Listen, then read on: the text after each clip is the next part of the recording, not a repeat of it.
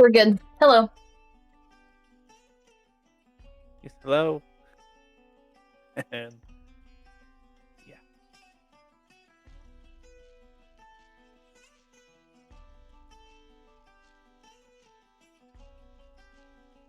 We were recording that whole time, guys. And to see our pride background is back. Yes, our pride background is back. So, officially, hello, welcome back. My bad. This is Nichol's Cryptid Catchers. I am your storyteller, Dengle. It has been a day for most of us. And as such, if you are having a day, and if this makes you have a day, and causes you mental anguish or physical unrest, please take a step back, recenter yourself, and come back as you so see fit. If you can, if you want to. That being said, joining me this evening is Faye playing Gladys. Hello. Buttons playing Rose. Hey, now. And Nenavar playing Edgar. Hi. So, would anybody like to fill in buttons?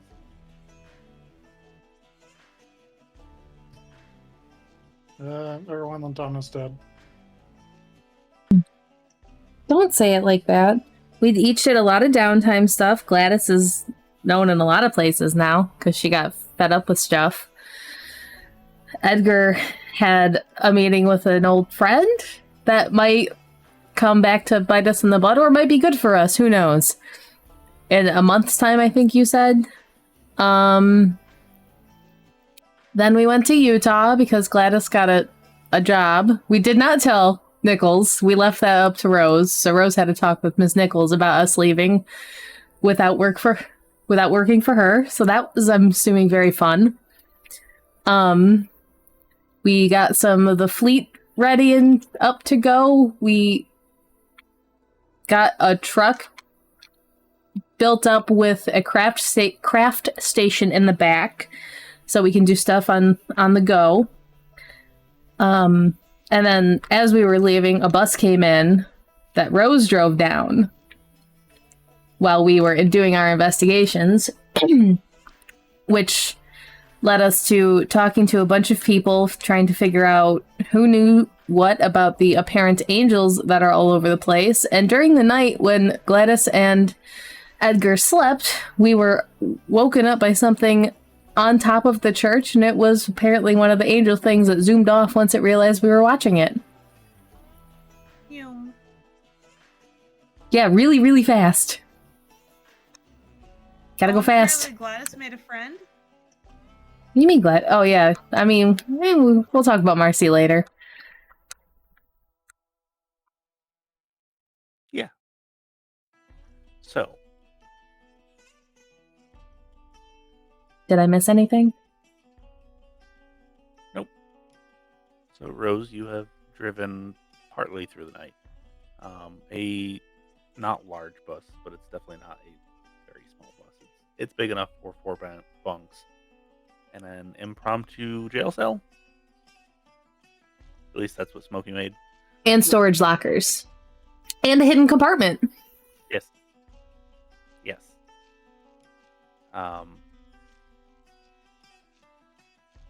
So, that is what you've been driving. You've been sleeping on it for the last couple days. You pull up and you see Rose and an ankle splint still because of her broken foot. Or not Rose. You mean Gladys? Yes, and a like ankle brace boot thing because her foot's still broken. And Edgar outside of the church.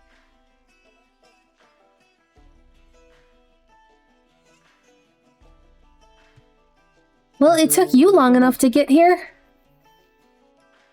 Yeah, Smokey wanted a little bit of help finishing up some bits and bobs on your on the bus, and then of course I had to talk to Miss Nichols since. Yeah, I was not doing that.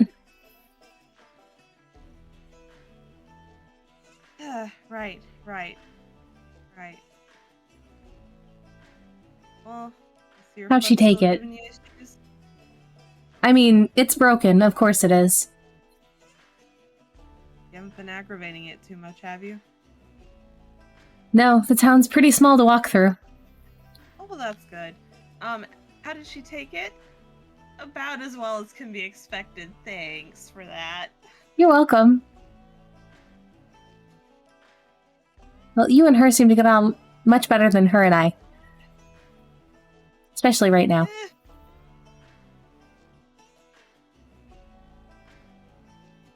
So, we need to tell you what happened. yes, you do. Explain. Oh, Yes, all of the pre-game explanation.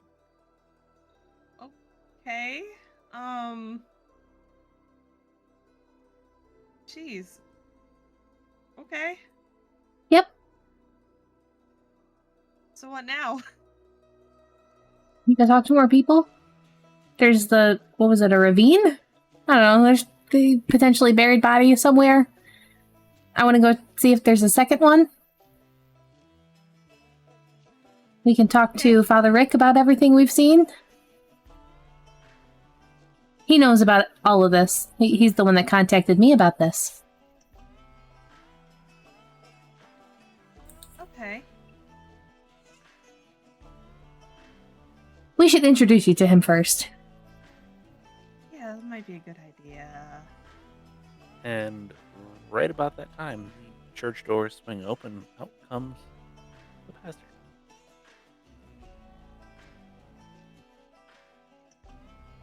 I'm sorry, you said, who was it? The pastor, Father Rick. My sound is cutting out, but I don't know why. Oh, Father Rick. Wonderful that you're awake. This is the associate we've been waiting on. This is Rose. Rose, this is Father Rick. Good to meet you, Father. He gives you a nod, and well, it's good that you have your entire team here now. Yes.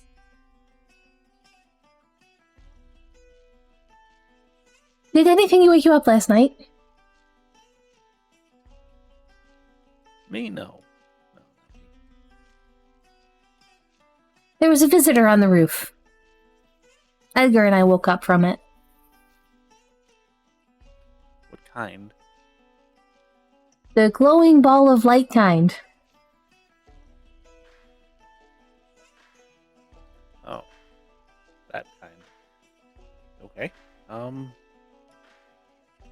Did you happen to get a good look at it? Hey, look, it wasn't the best because someone had to trip.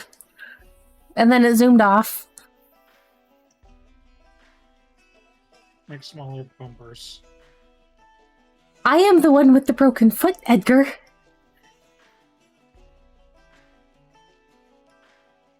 I've heard that they're trying to come up with a new, softer material that just kind of deflects rather than twangs and hurts.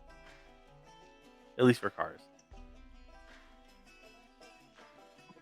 Well, wouldn't that be nice? I don't Probably less sturdy, though. Probably. Anyway, back to this. So which direction do you know? It... Oh, I don't have what direction it went down written. So from the door to the altar in the church, it is south is the door, north is the altar. It went toward the altar. So south. No, North. north. North, I'm sorry. Yep, it's okay. Yeah, one kind of flew off to the north.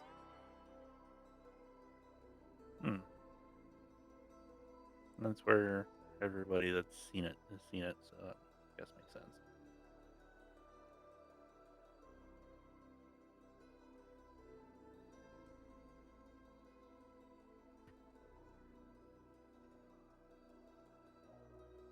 Was it doing anything in particular, or was it just sitting there? It looked like it was looking. I think. For what, I wonder? I'm not sure. Looking as in like searching for something, or looking as in like just observing? It was really hard to tell. We didn't get that good of a look at it before it took off. Can she see how Rick is taking this? Does he seem genuinely concerned, or is there some sort of falseness there? Would you like to give me a wits and insight? I very much would. I check. 3. There is a look of genuine concern. He is, however, doing a very good job of hiding it. Okay. But nothing untoward seeming. No. Is anyone else around us? It is just you four right now.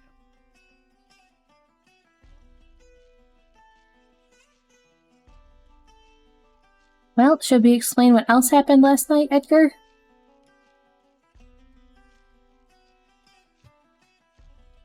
Yeah, we probably should. A slightly unfortunate tale. But we went to that Han's house that, the one that went away, that took off. Did we keep the journal, or did we leave it? Edgar suggested that you put it back. I don't know if Gladys still took it. Whatever. Are you kidding? Of course she took it. Then she'll actually pull it out. We found this, and then she'll go through the explanation of kind of what Edgar had summed up, or let Edgar sum it up himself again. Okay. And this, you can kind of see his face kind of change a little bit. And it goes from a concern to an almost like mortified expression. So what you're saying is they probably went out to search for it, and whatever happened to apparently the person that I had no idea about happened to them. I don't want to accuse anyone unjustly, because we had very little other things come up, but it looks likely, yes.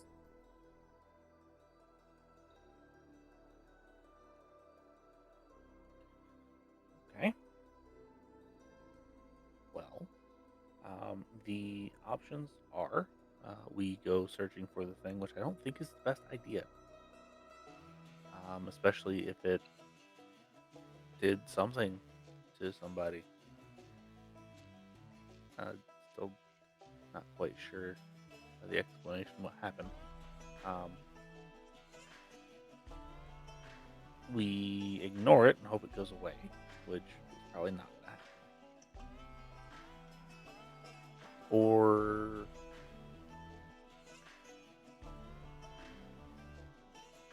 we wing it and try to figure something else out. That's typically how we do things. That's fair. It usually works out, though, doesn't it? No one has fully died yet. Just broken foot. Among other things, yeah. Okay. Well,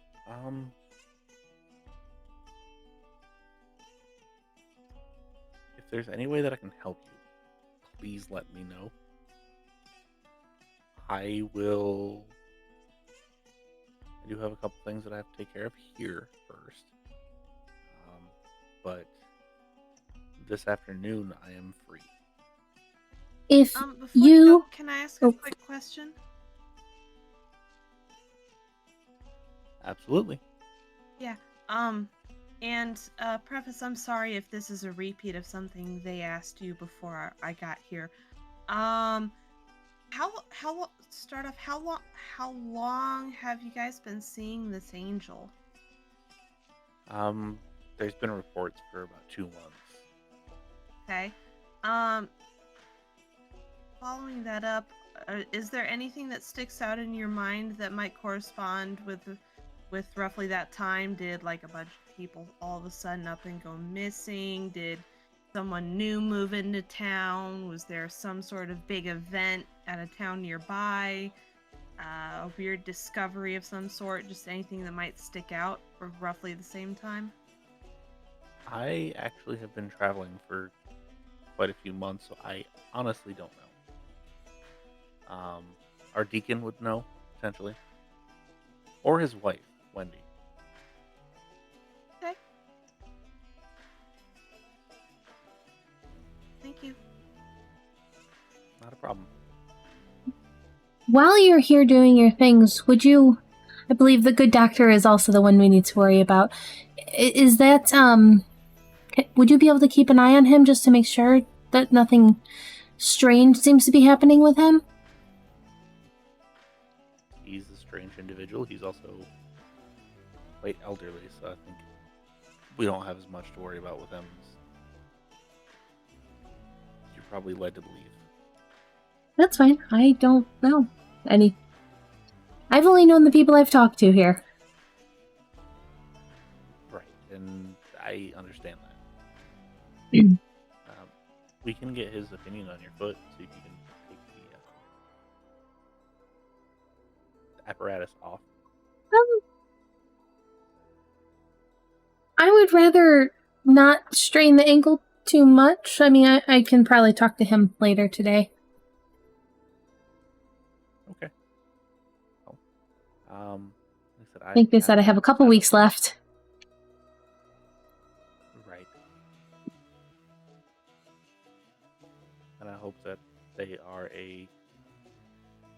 not overly exerting or requires you to exert yourself too much over those next couple weeks. Me too. Now, that being said, I have specifically set the mass for today just after lunch to try to keep people from being outside towards dusk, which is when we usually hold this. So I'm going to go set up. Like I said, this afternoon I am free, and I will personally aid you in whatever way I can. Lovely. Thank you. So he heads back inside. And then you three are left to your own devices. This is a very small town and very religious, and they are quite opinionated on genders. I'm sure they are. I'm sure it's nothing I haven't heard before. Right, it just makes gathering information difficult when there's only one of us.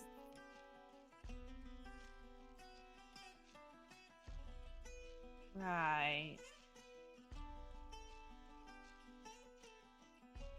Well, I can go talk to Wendy if you two want to walk and see if you can find things.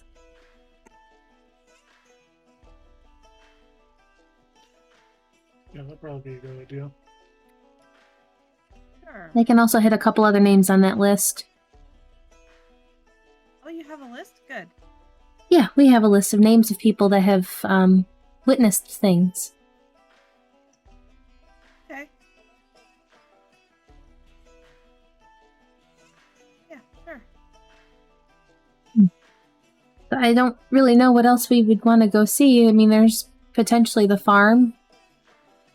And again, seeing if maybe there's 2 bodies, but other than that, I don't quite know what to do with anything yet.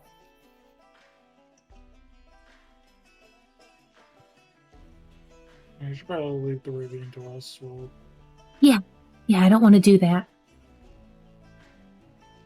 That's why I said I'll talk to some people around town. probably hit the farm first, since it's probably closer. Might be a good idea for you and me, Edgar, to check out that ravine while everyone's in mass.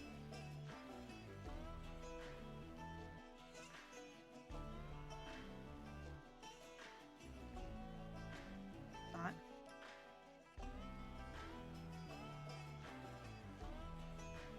Whatever you guys want to do. So, what is it that everybody does want?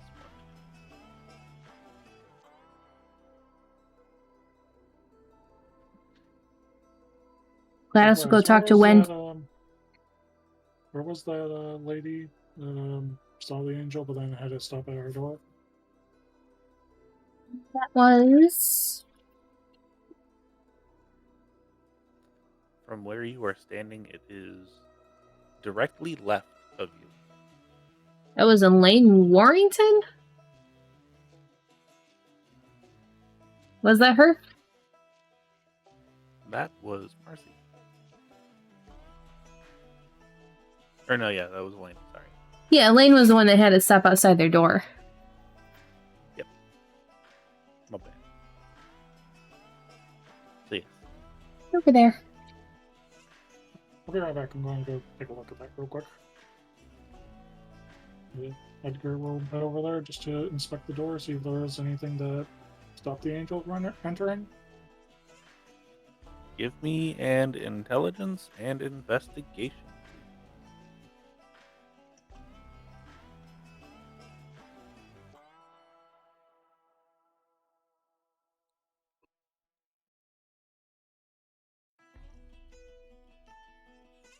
Three? The door is weather worn. Looks like somebody's taken a sandblaster to it. There's no paint left on the door. However, there's nothing on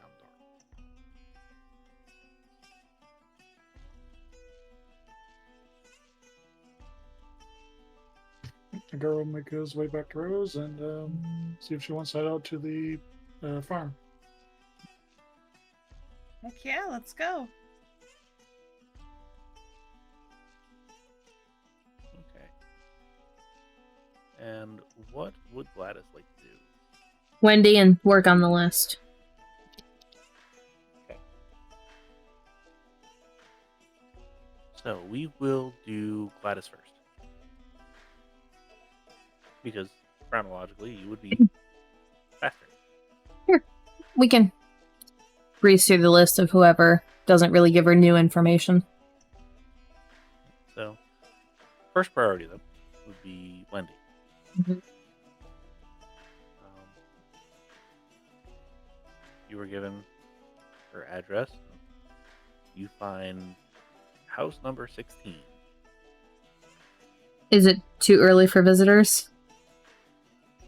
No, there's people up and milling about. You knock on the door, and a rather short, portly woman, very, very white hair at this point. Good morning. Good morning. My name is Gladys. Father Rick sent me to speak with you because we had some questions about what's been happening around town, and he said you might know something from your husband's work, and I didn't want to disturb your husband. Oh, okay. Come on in. Sorry, I already cleaned up breakfast, so if you're hungry. Oh, it's okay. I can get coffee, though. That sounds lovely. I ate something small earlier. Okay. Give me just a second. I'll be right back. Okay. And she comes back with the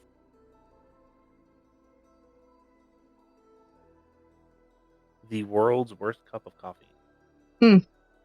Mm. You can still see the bottom of the cup through the water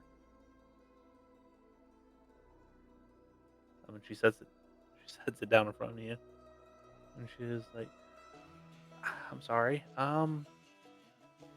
What did you have questions about now?" So there has been some very odd things happening around town, and a couple people have, like, gone missing or up and disappeared.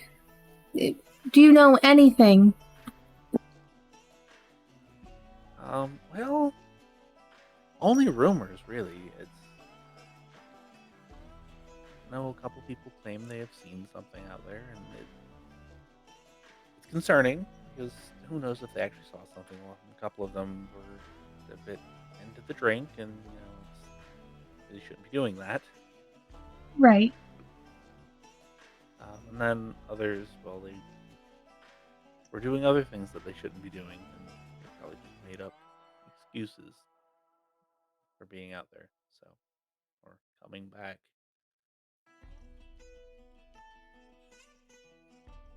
Above table, I'm blanking exactly on what I need to ask her.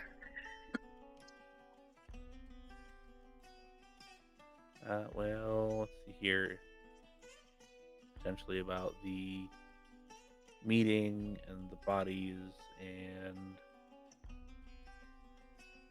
well, other occurrences.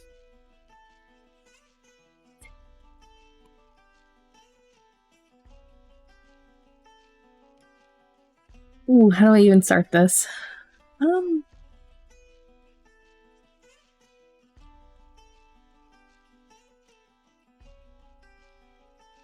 Has your husband seen anything, or have you seen anything?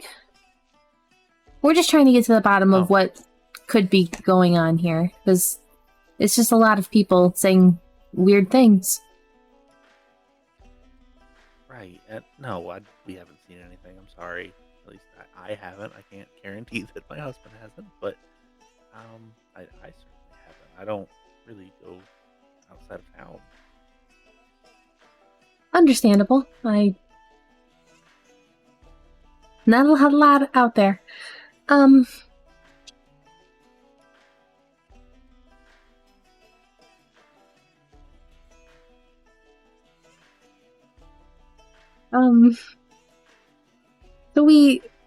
during our investigations, we did go to the house of the, one of the workers on the farm that had disappeared. And he had written something very strange about a body of some sort. Would you know anything about that? Or via your husband, or should one of us talk to your husband about this? No, I doubt that he would know anything about that, and why would he? I'm just asking around. I just assumed that because he works with a church, he might be one of the more knowledgeable people here about these matters. Right, but body sounds like some dark deeds. We don't typically associate ourselves with those. I didn't suspect you would. I'm just covering bases here.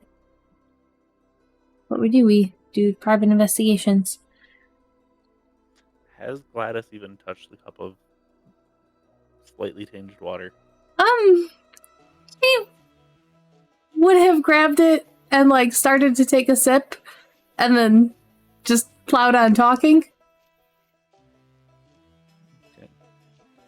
Give me a stamina and composure if you actually, like, tasted it, or give me a charisma and subterfuge if you have not. Stamina and resolve. Stamina and composure. Composure. Yeah, that's what I meant to say.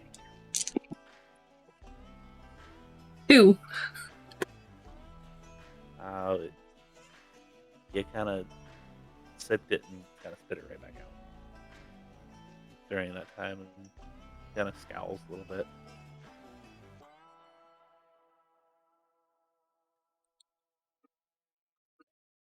I'm not sure if I like the way this is heading. You're not accusing anybody of anything. Of course not. We're trying to figure out who to accuse. Right. And I do appreciate you just not making random accusations, because that would just be, well, frankly, not right. But I think, and this is just me, I think before you go asking questions, you should probably have all of the, well, not necessarily answers, because then you wouldn't have the questions, but all of the right evidence to ask the questions from. Well, if I don't ask questions, I'm not able to get evidence. Right. Make a wits and insight, please.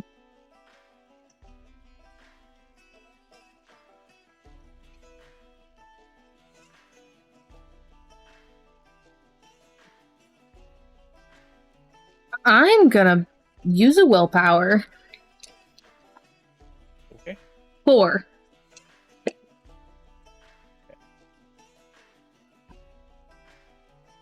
That was regular 4. Yeah, unfortunately.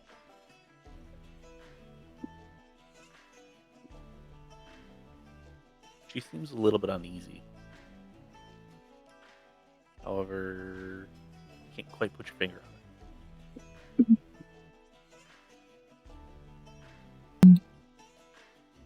Well, I do apologize for wasting your time then. I will leave you to your thing, or whatever you were working on, and I will go see if I can find more evidence before coming back and asking any more questions. Just make sure you don't break into people's houses. Oh, we had Father Rick's permission to go searching. Okay.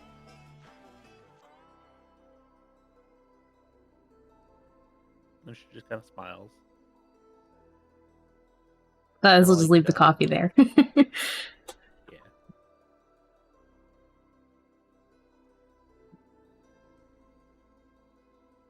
Can I get you to make me a wits and resolve real quick?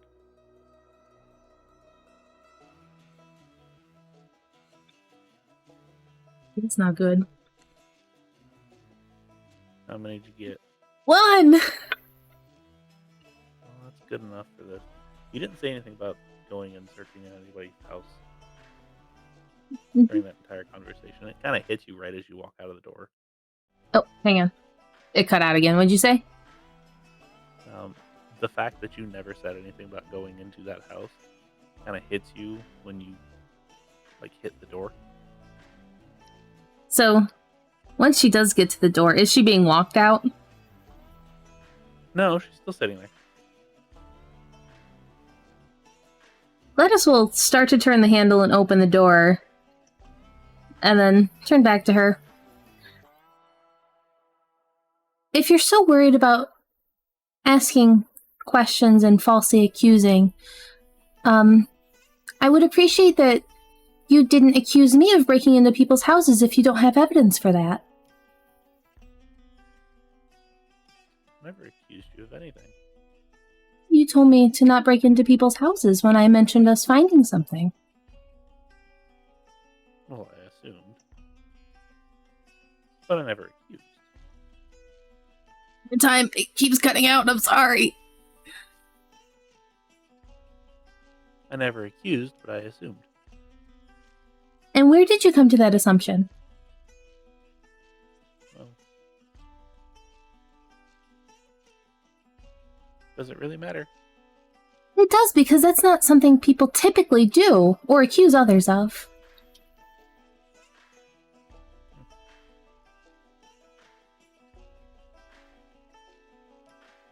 Okay. And again, she does the crabby great aunt smile. And you kind of get the feeling of she wants you out of her house. Gladys will leave.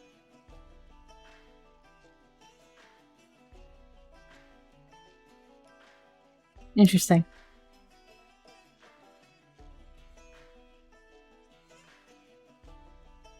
Now, to the other two. You make your way to the goat farm. And it is not impressive whatsoever, frankly. It is little more than like a covered area with a little bit of grass here and there, and like a milking station.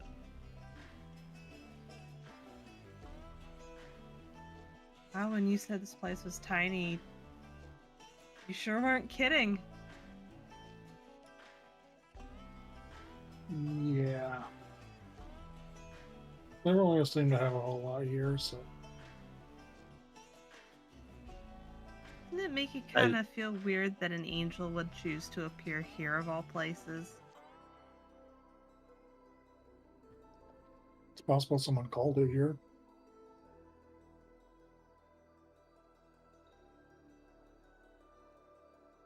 As you walk up, Edgar, you hear a somewhat familiar voice. Amigo! And you see Manuel come running up. No, wave at Manuel.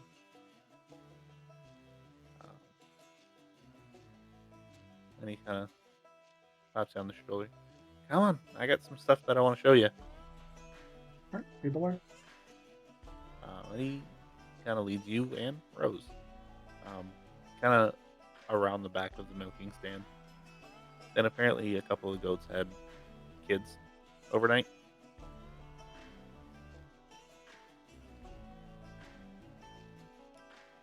And they are currently being wiped off because they're not quite clean yet. And being fed and all that fun stuff. Ah, fresh batch, I see.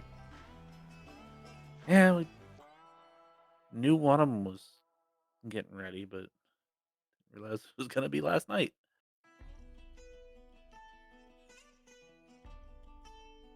Anyway, what brings you up here? We can check out the goat farm, see if we can find any evidence of anything. Oh, this is Rose, by the way. She's the associate we were waiting for. Hey. He kind of nods his head and takes his hat and kind of tips it up a little bit. Yeah, we can walk through there. And he, like, hops over the fence. Just follow me. I'll show you where they knocked it down. The girl will follow. Let's go. You walk.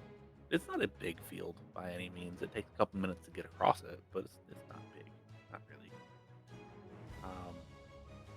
And you walk over and you can see where the earth had been disturbed. Kind of like they recently did like an excavation. And posts set about 1.5 feet from it. This is where the fence got knocked down and the goats escaped from a couple months back, but I mean, that's, yeah. And when you say knocked down, like someone just completely and totally plowed it over, or someone just pulled up the stakes? Kind of like somebody pushed the post over, but tore up the earth in the process. Because normally, if you can manage to push these over, it'll either completely uproot itself, and there's going to be this big pile of dirt, or it'll snap it off near the ground. This was neither. It was kind of like it was lifted up and set over. It was really weird. There wasn't even a hole afterward. Huh.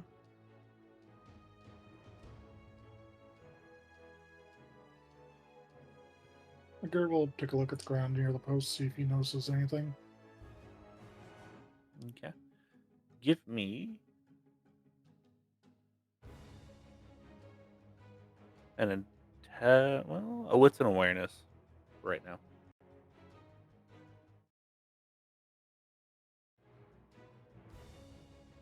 I'm assuming you guys didn't find any tracks or anything the morning after?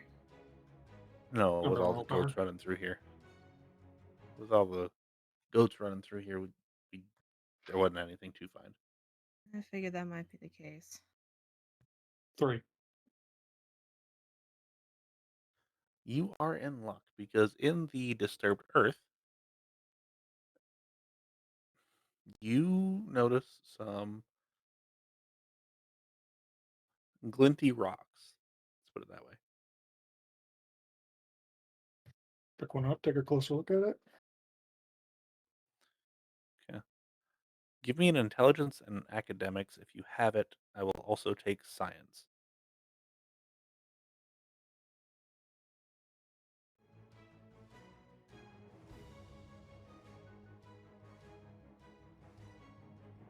Four. That is iron ore.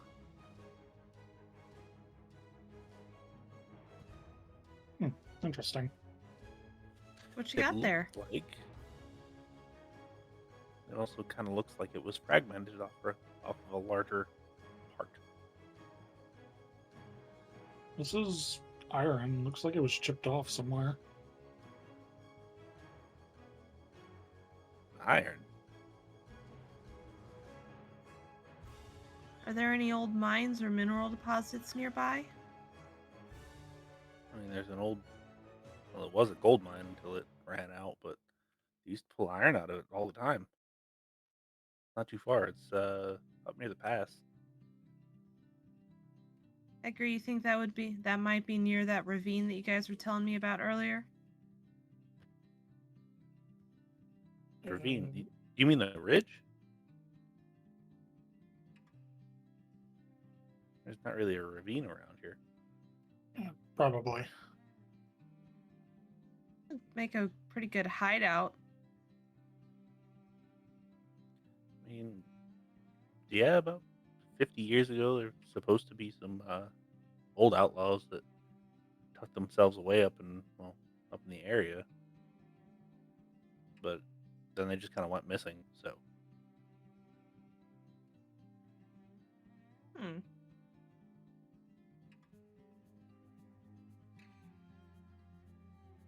Interesting. and about that time, you hear another voice. Manuel, get over here. You ain't done yet. And this person is a older gentleman, definitely salt and pepper. Got a little bit of weight to him, but he's a little bit taller, so it doesn't look as bad. And kind of comes walking up and looks at both you and you two. How can I help you? We were called in by Father Rick. He was told us something happened at the farm here. Someone fought through your fence. Oh, it's not my fence, but I mean, I oversee the workers. It's the town's fence. Everybody owns the goats.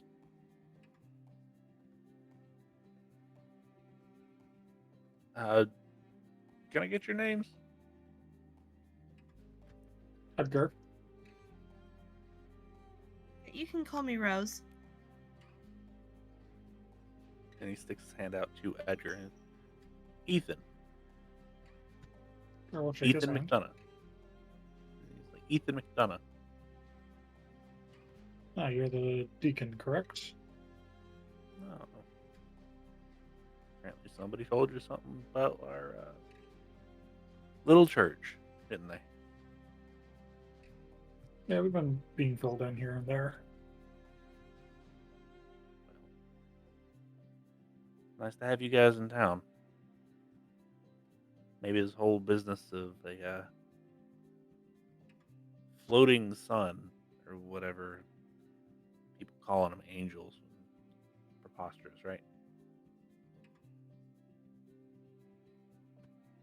Possibly. I mean, there's only Also two just- reasons why the angels would come down to Earth, and it's I don't think this is going to be the rapture. I'm sorry. The other one, well, they're not really coming down. They're coming up.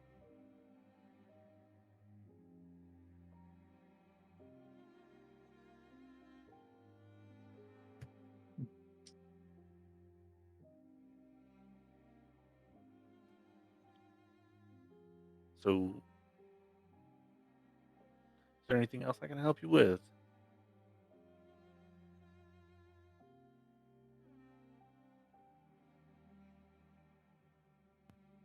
And you haven't been asking around for a missing person as well. Have you heard anything about that? You talk about the hand that ran off a couple months ago. Yeah. Yeah, they didn't even say anything. They just kind of left town. It happens every once in a while, and well, apparently they saw something the night the fence got knocked down. It kind of shook them up a little bit, and who knows? You say what it was that shook him up?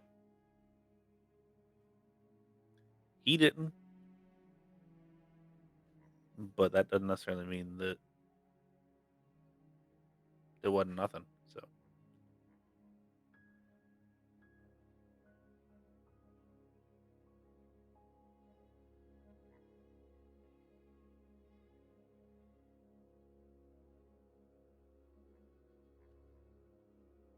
here, let's get you out of this fence before one of these goats comes up and rams you.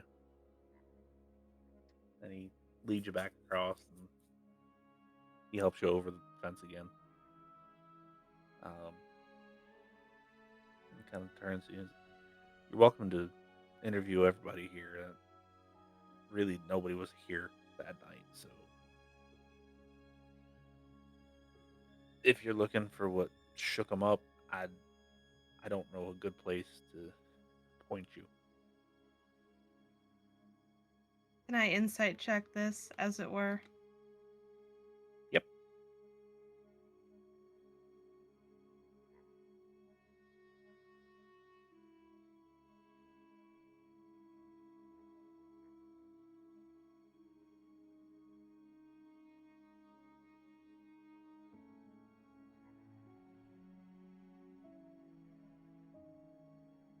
That is 6 successes on a pair of crits.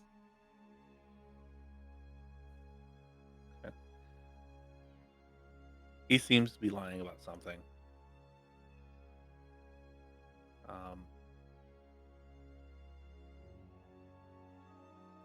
Edgar can probably figure out what he's lying about, but Rose doesn't necessarily know.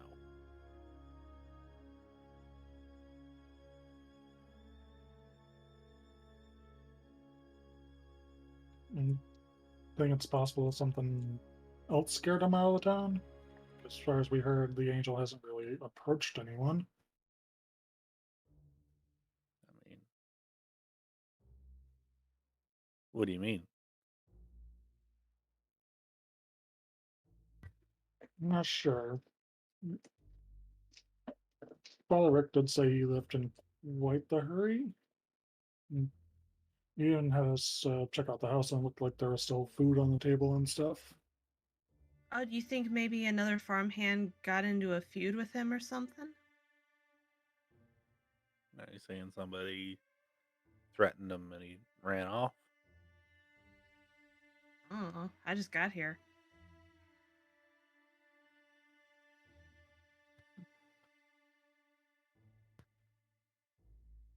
Because I mean, it's plausible that that happened, but I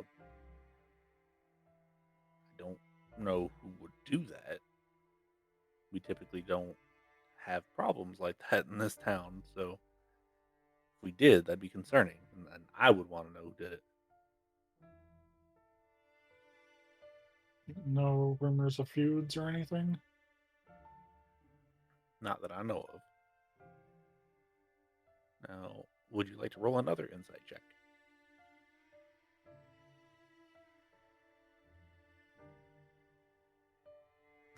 Three. 4.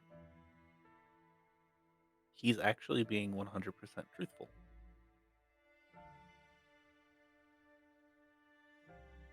Does not seem like he actually knows anything about a feud or any threats being made.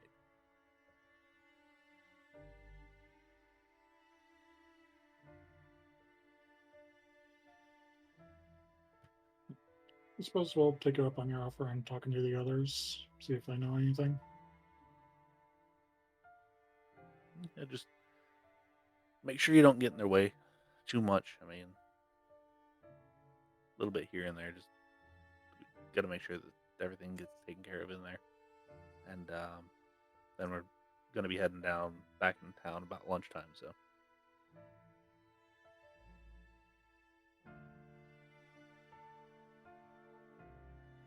and he will actually just leave you alone. As soon as he's out of earshot, Rose is gonna lean over to Edgar. He was lying about something back when he was talking about no one being there and not seeing anything. Can't tell what, though.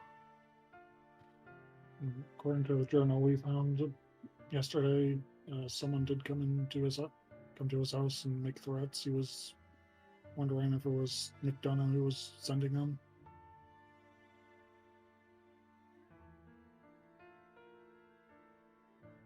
Why would he assume it was McDonough that was sending them? He's apparently also the town doctor. That still doesn't explain it. He seemed pretty genuinely shocked when we asked about feuds.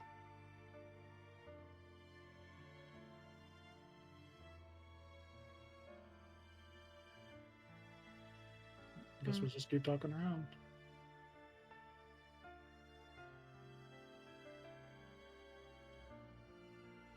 All right. Let's go do some farm chores and see if we can poke and prod the bear a little more. Okay. So there are exactly 4 farmhands, not including the one that you've already talked to.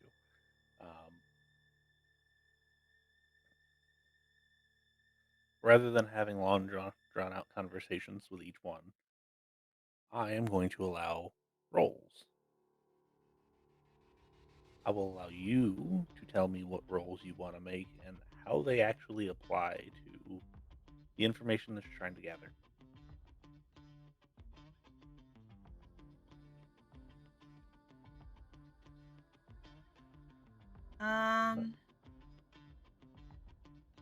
I would like to roll wits and insight specifically to see if Rose can spot any inconsistencies in stories between farmhands. Okay, go ahead and roll that.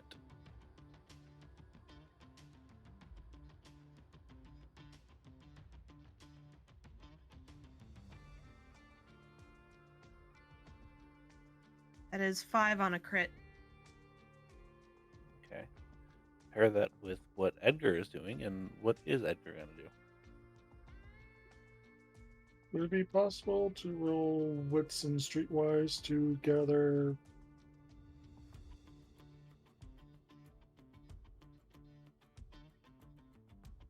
To kind of earn trust? Yeah. I'll allow it. It's not technically what that's for, but I'll allow it. Right? Okay. So Edgar does a fairly decent job of opening them up. And then Rose comes in and kind of grills up a little bit, trying to get information on everything that's been going on. 3 of them, no idea whatsoever. The last one seems like there's a little bit of inconsistency.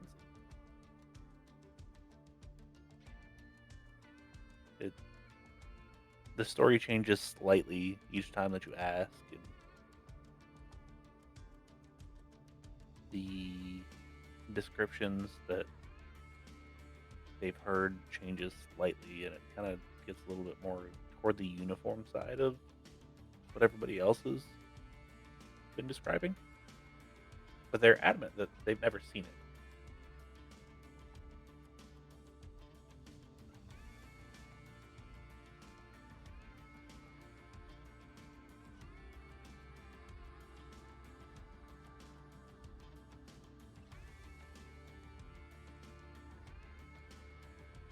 So what would you all like to do?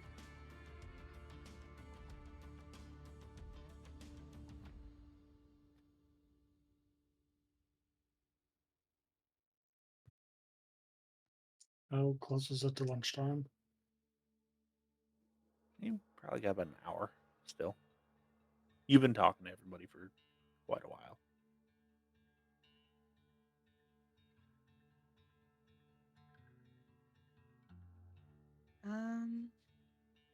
Shoot, my charisma is not very good. Go for it. I have nothing to help. You might be surprised. Okay. All right. It's just gonna be straight charisma either way because I've got nothing in persuasion or intimidation or etiquette or anything like that. So it's just gonna be a straight charisma roll to see if we can persuade this guy to open up just a little bit more to us. Okay, so you're trying to nicely persuade it. Yes. Yes. Okay. Would Edgar like to aid in this endeavor? Sure. Okay, so Edgar, go ahead and roll your One charisma die. and persuasion. Would the ugly penalty apply? Yes, but you cannot roll any less than one die, so you're fine. Nope. Okay, so Rose. 2 successes, and that's about as good as it's gonna get. Okay. Eventually he does open up. Yeah, okay, fine. The night that the goats got out, I was up here, okay? I was up here gambling. It was me and Fred and the deacon's son and his daughter. The daughter was doing something else with someone else.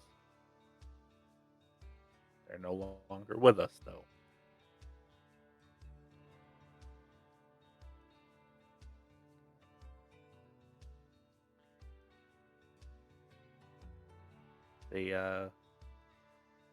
They went running across the field naked, and then they left very fast with a ball of light. Put it that way.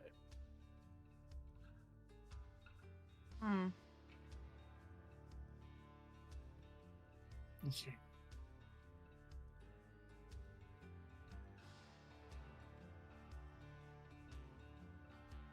But you didn't hear that from me, okay? Heard what? Thank you. At least somebody understands.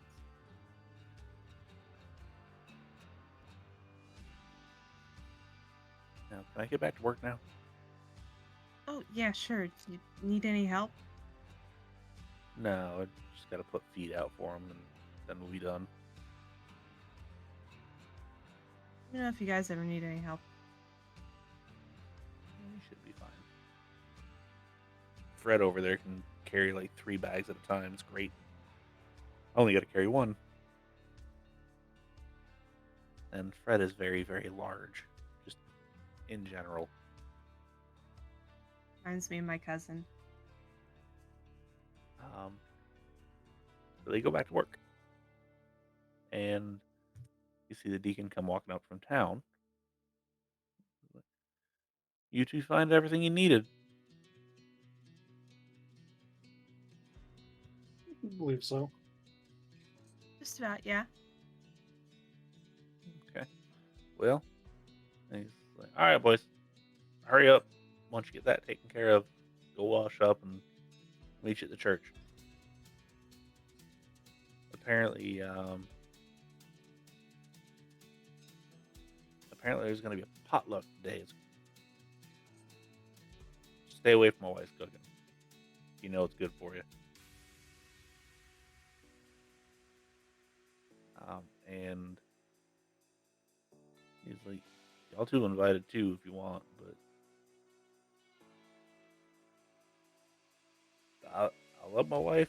Oh Lord, she cannot cook. We'll keep that in mind.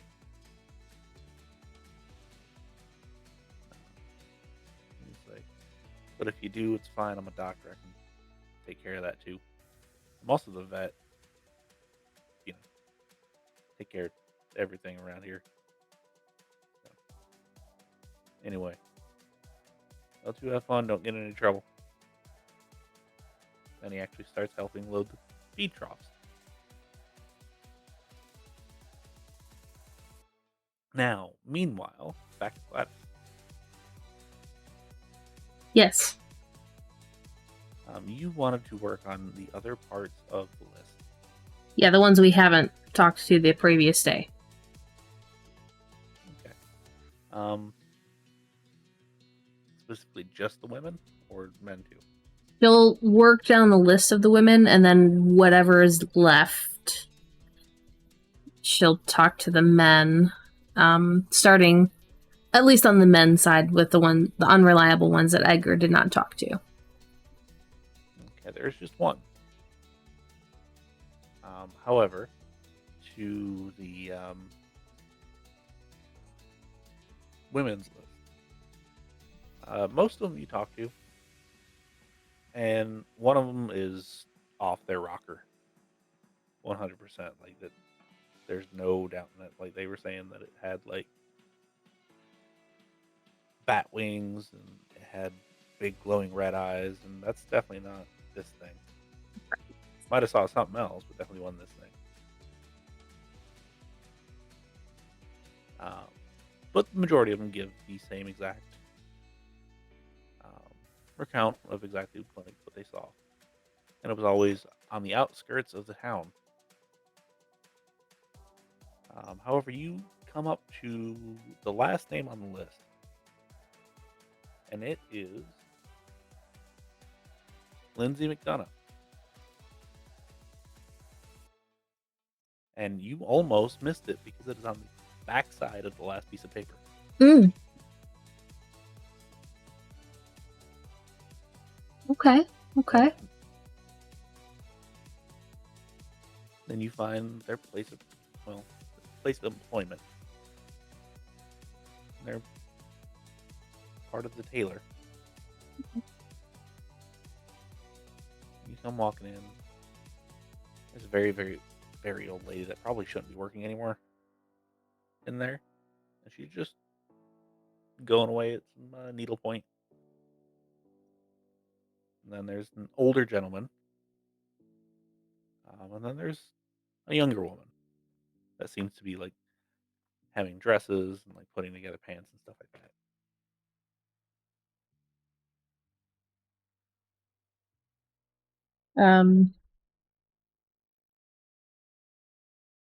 Did any of them say anything when she walked in? No, they all kind of looked at you and they did wave, but they're still just working along.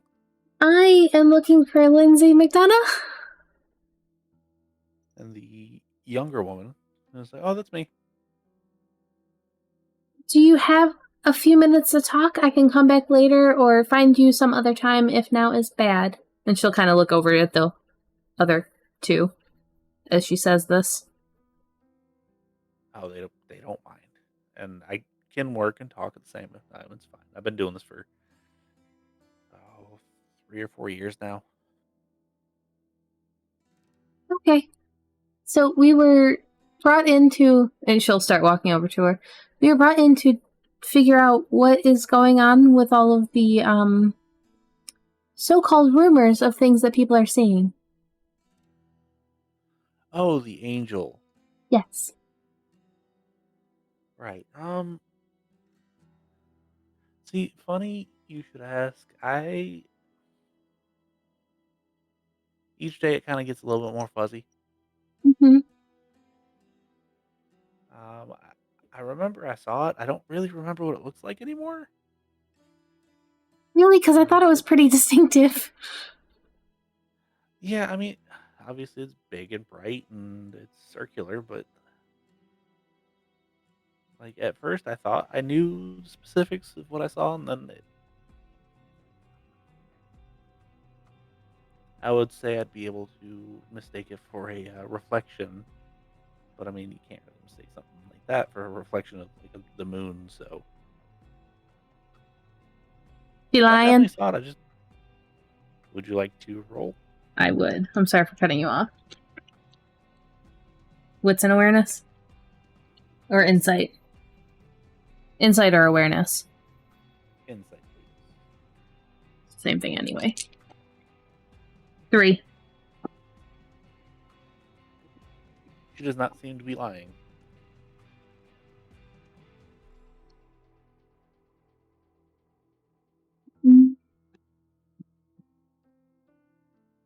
Gladys will kind of lean in close and speak a little bit more quietly and just be like, please tell me if you saw anything. You are one of the last women I need to talk to, and I really don't want to talk to the men here.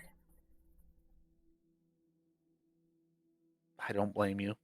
I don't like talking to most of the men here either.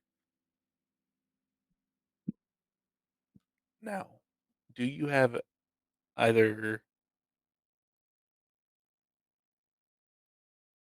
intimidation, persuasion, or streetwise? I have a dot in streetwise. Would you like to roll charisma or manipulation with that? I would like charisma, please. Okay, go ahead and give me that roll. 2. 2, and you kind of see her like half stop working for a second. And then she starts back working. She's like,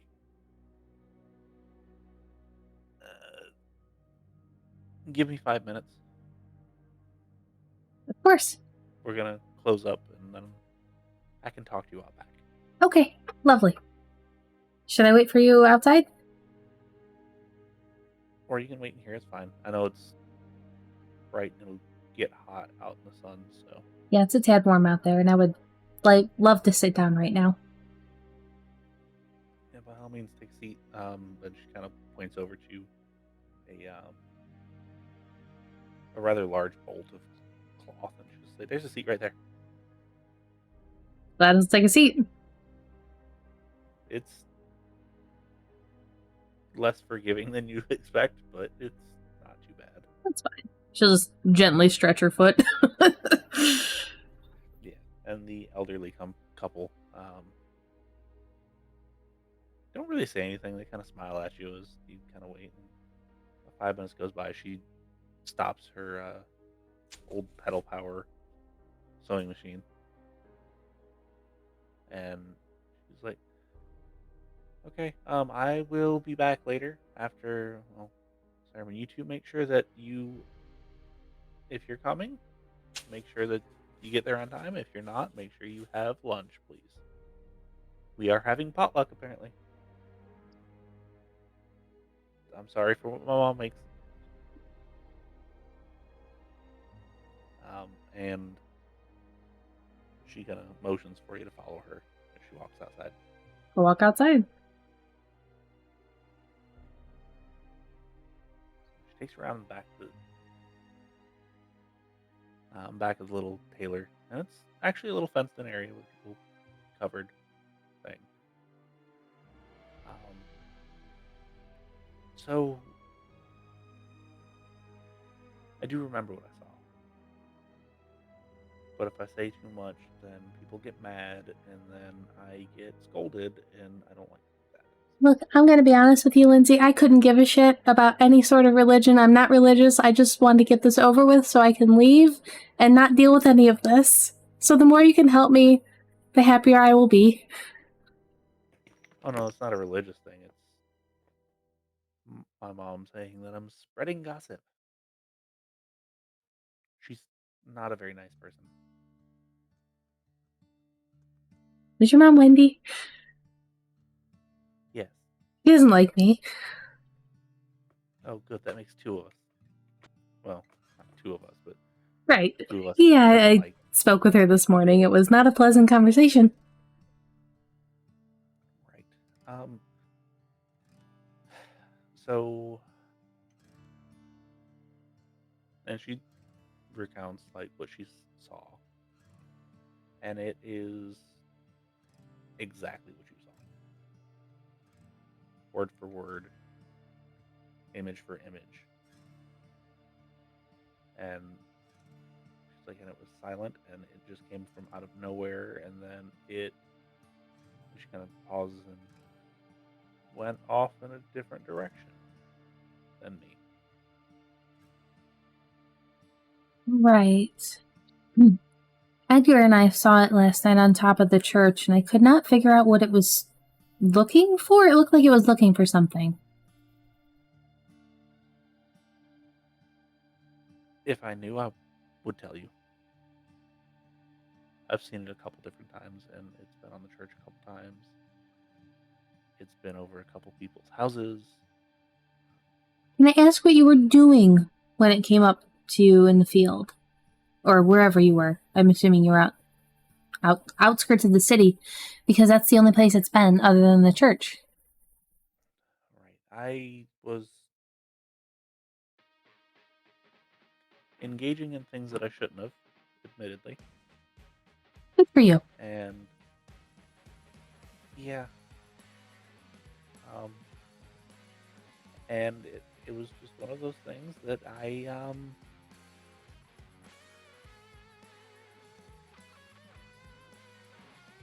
it happened, and I just I don't want to deal with it again. Okay, so you're like the first person that's been honest about what happened. Did it before, during, after the act? When did it come? When did it come bother you and this other person? Well, without getting into too much detail, we hadn't started anything like that yet. But the intention was there. Yes.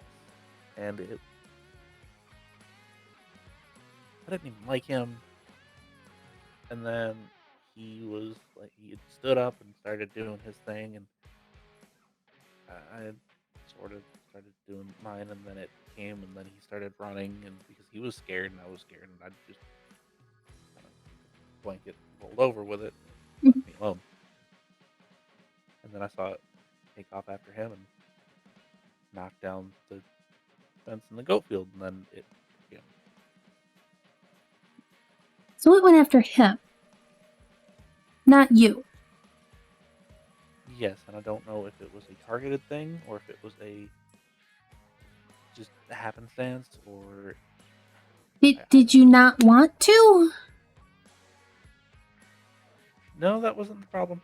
Okay. I'm just trying to figure out why. At this point, it might have just been like, oh, that one's still moving, so I'm going to chase it. I mean, potentially. Kind of like a bear will. I apologize if I'm making you uncomfortable. That was not my intention. I just really... I'm not good at talking around things like this, and it's been trying the past 2 days trying to do that. Right, there's 3 of us in town that'll kind of be open with you like this.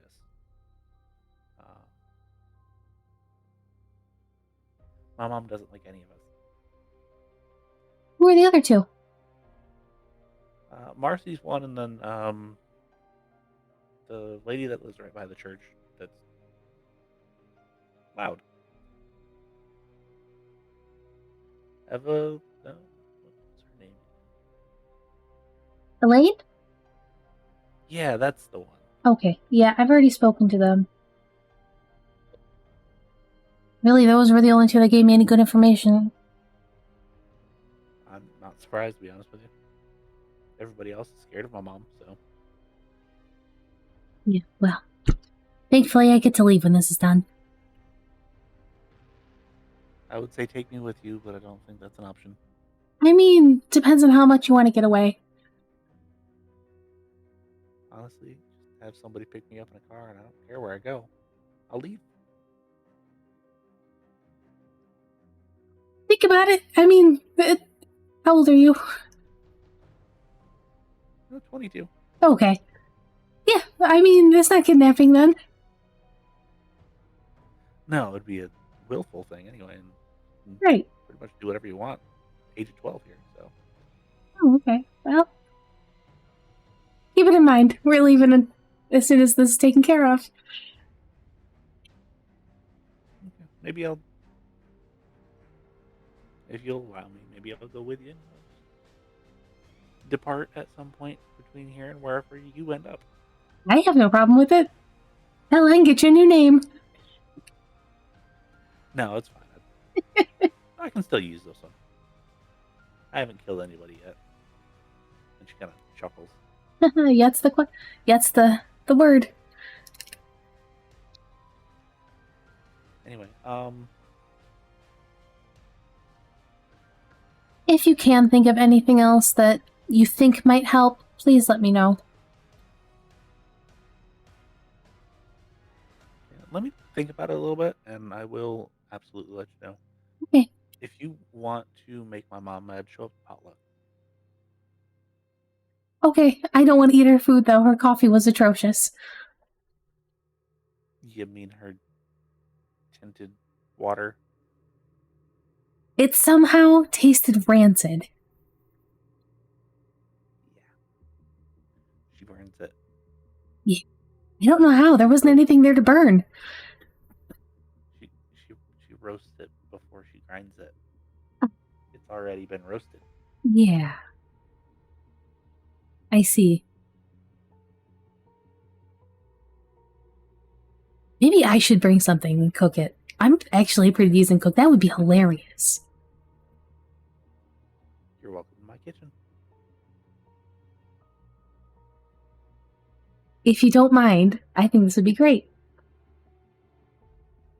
Absolutely. And she will actually lead you to her house.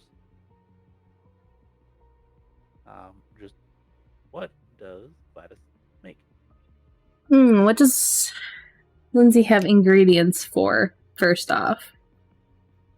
It's mostly pretty bare and basic stuff. Some vegetables, she calls it goat meat. Okay. Some ground, some not. Stuff for bread and some for like pie crusts. Ooh, what about like a shepherd's pie type deal? That'll work.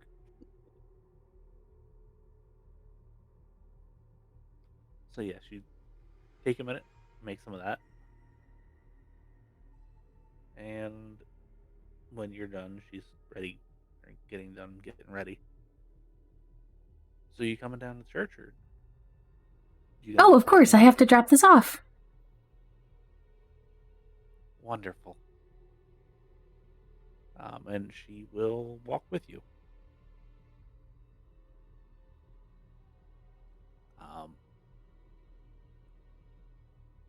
Rose and Edgar, you see Gladys walking up with a old cast iron Dutch oven with a lid on it. And apparently it's hot because she's holding onto it with a welding glove.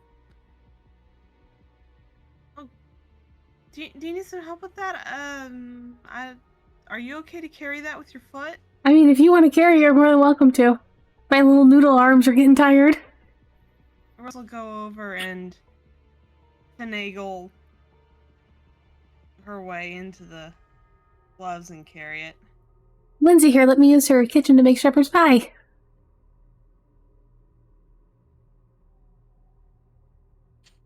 Hi. Hi. Hello. This is Rose and this is Edgar. This is Lindsay. Yeah. I am, well, have you met my mom yet? Which No. one's your Be glad. What's your mom? Wendy. Lindy. Wendy. Wendy. The one Father Rick told me to talk to this morning.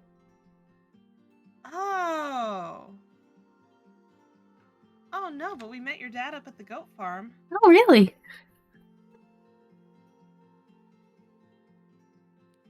Well, you two were the lucky ones.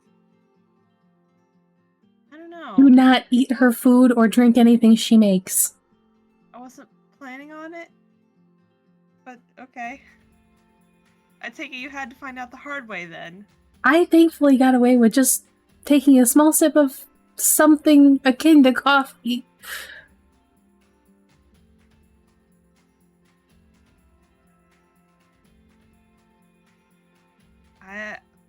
I'm even surprised that you were offered coffee. You didn't mind me at first. That was a ploy so she could lure you in and... We'll talk about that later. We're almost at the church now.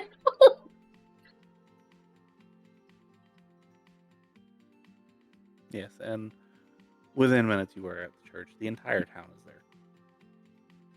Except for a select few. Marcy's not there. Manuel's not there.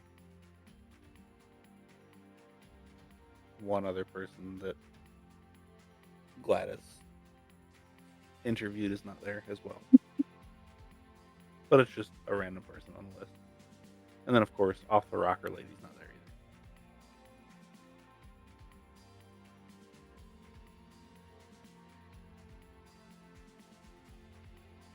either. However, Father Rick, thank you for coming and helps you get the food to the gathering area.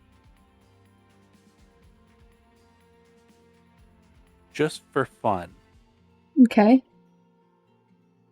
Wits and awareness, everyone.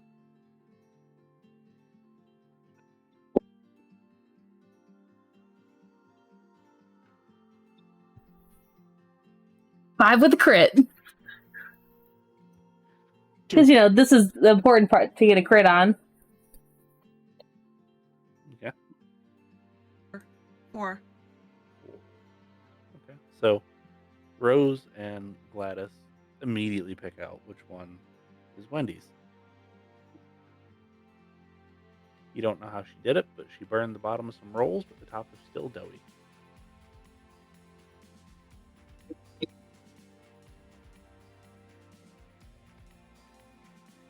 However, most everything in there is plain, but it looks edible. Some of it actually looks good. Does Wendy see what Gladys brings in? Yes. Okay. And also sees that you walked in with her daughter. Oh boy. And she's giving you that look.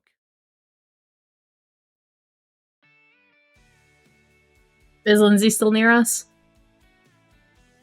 No, by this point she's kind of off mingling.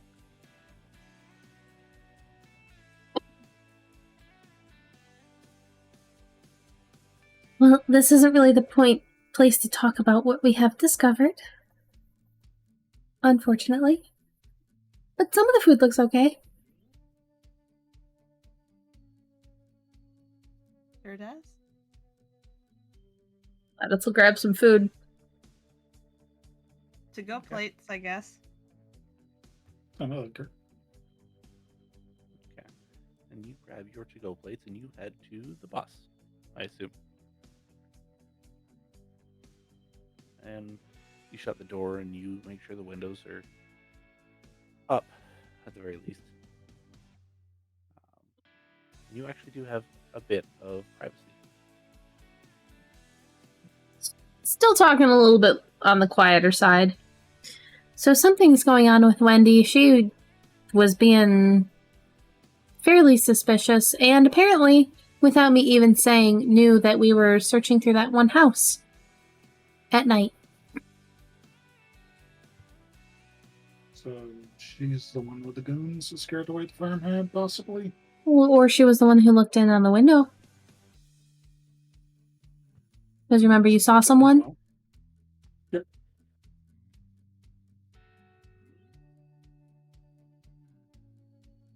That's my suspicion, but I didn't want to cause too much hostility.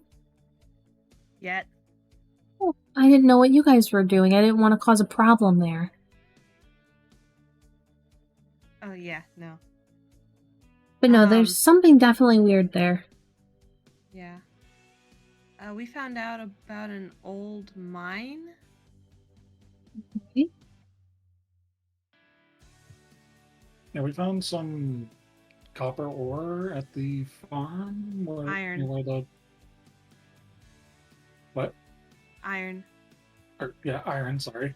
Near the farm where the fence got torn down. Oh, do you still have it? Yep. Here you Can I see it? go. Hand it to Gladys. Does Gladys notice anything odd about it? It is raw iron ore. It is actually really pure, actually. There are flecks of gold in there as well, but they are just flecks, just here and there. Does it look like it was melted at some point, or... You said it was a fragment. Like, what looks like it blew apart? Blew it apart. You know when you hit, like, a rock with a hammer? Yeah. And the little chips that come off? Or when it's, like, snapped in half and the little chips come off? It looks kind of like that. Kind of like a chip got yanked off of the larger portion. But that would take some pretty decent force to do. Yes. Or a very strong magnetic pull.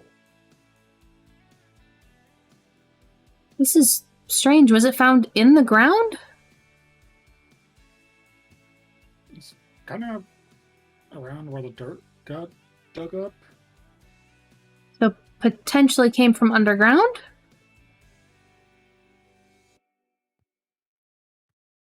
Maybe, but unlikely. Oh, I think we need to go check out that mine. It said Yeah, definitely. said there was a story about it being a bandit's hideout like 50 years ago or something. I wonder if anyone knows when the last time it's been used. I assume not for a long time, but I wonder how dangerous it is. It was abandoned 50 years ago, if I remember correct.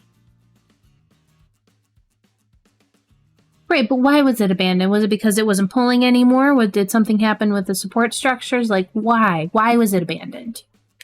According to manual, it was because the stopped producing ore. Okay. Gold ore. So it should be relatively safe to go in still. Probably. Okay. I wonder if anyone... How it goes for us, though. Might have to watch for some rotted support, but being as dry as it is, we shouldn't have too many problems. Well, we should probably see if anyone in town knows if there is a problem with it, potentially the blacksmith? Or maybe Father Rick would know who we can talk to about that.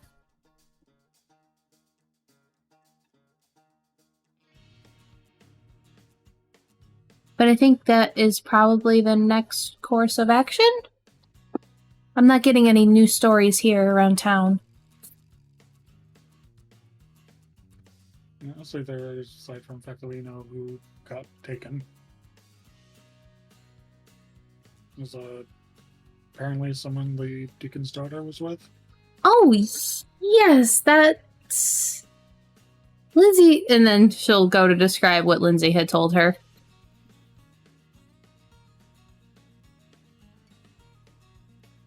Well, that certainly puts more weight onto your suspicions about the, about Mrs. McDonough. Right.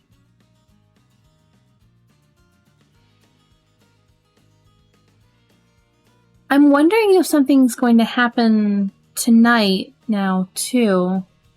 Because she seemed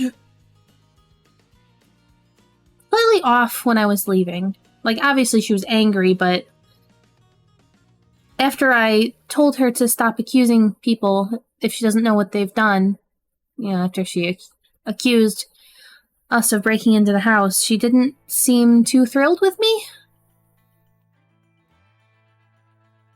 So if something happens tonight, that will definitely go a step towards proof in that direction. Great. You think she's gonna send this thing after us? If she can, maybe. I don't know. Well, not you guys. Probably me. I mean, you're part of us, so... Right, but if we break off, it will chase me, not you.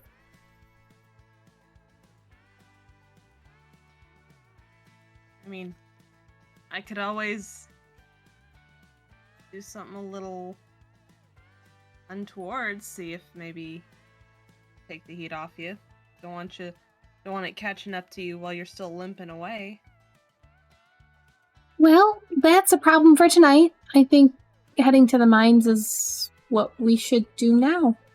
Because we don't even know what's going to attract this thing's attention. If it is something directed, then it's not going to go after anyone else.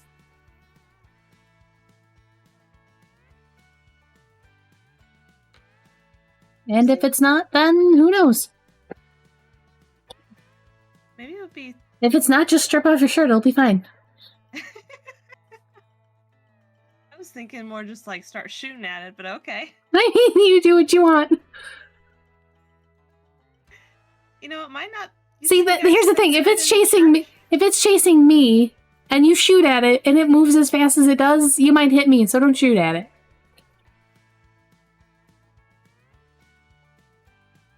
I really got to see this thing in action now. You said you guys spent the night at the church last night? They insisted. Maybe it would be a wise idea to spend another night or two at the church. That way we have some, like, cover if it decides to show up again. I feel like if it shows up while we're in the bus, we have a lot less safety. Yeah, I don't want this bus blown up. We have only just got it.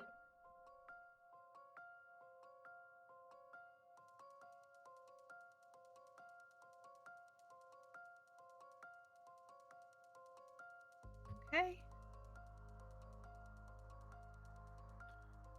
So you all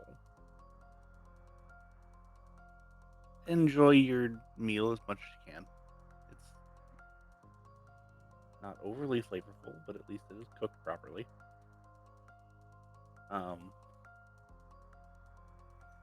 And I guess you kind of got a plan.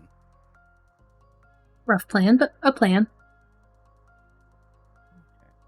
So, what would you like to do? Talk to Father Rick. Okay. It does take a minute to get him to be free from everybody, but it eventually does engage you. Oh, well, if he's busy, I don't want to pull him away. No, it takes like 20 minutes for everybody to leave.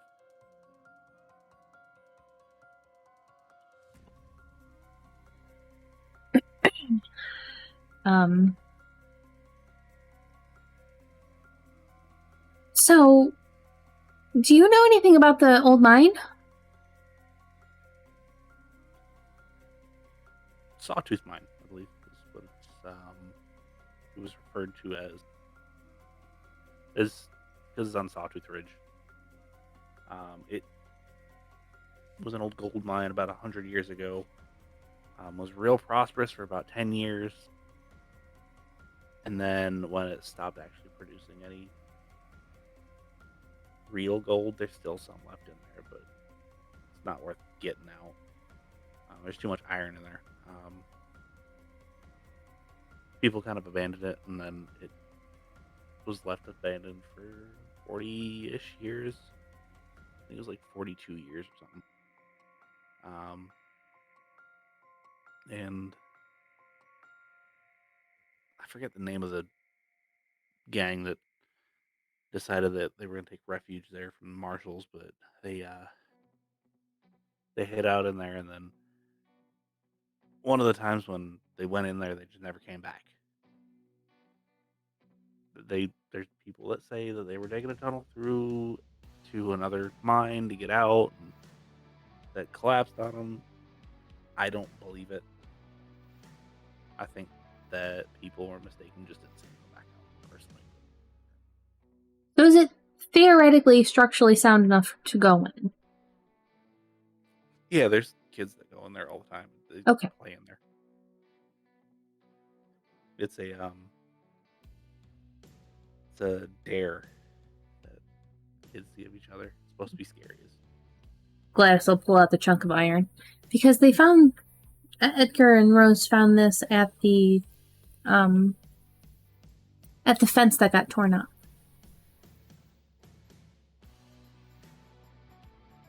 Okay, then. That shouldn't be there.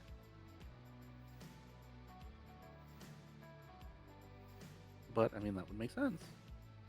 Right, so that's why we figured mine.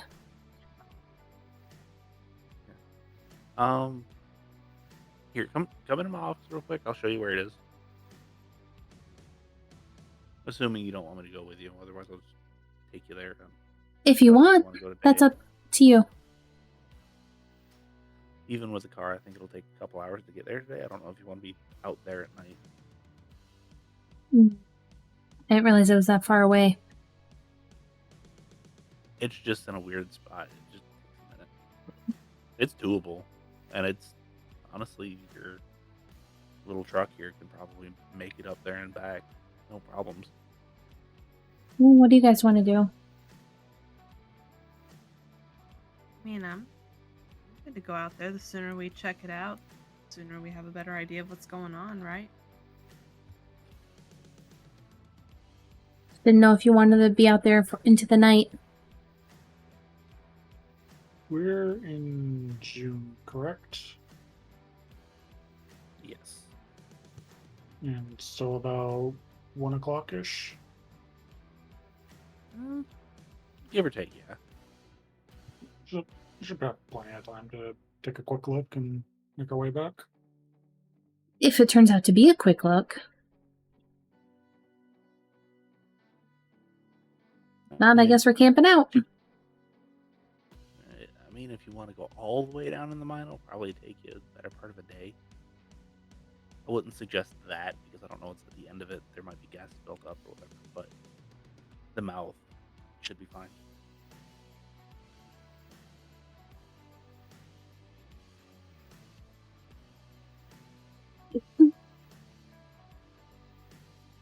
I'm fine either way, I guess. I mean, are you okay to be trekking around a mine, or do you think you're just gonna sit with the car and keep it ready? As long as I go slowly enough, I'll be fine. Okay. Okay, well, let me get my things together, and I will meet you in the car in about 10 minutes, okay? Okay. And as a matter of fact, he does. He brings his leather-bound Bible. Looks like it's been passed down a little bit. Well worn. His crucifix, as well as a little wooden box that has a padlock on it, actually.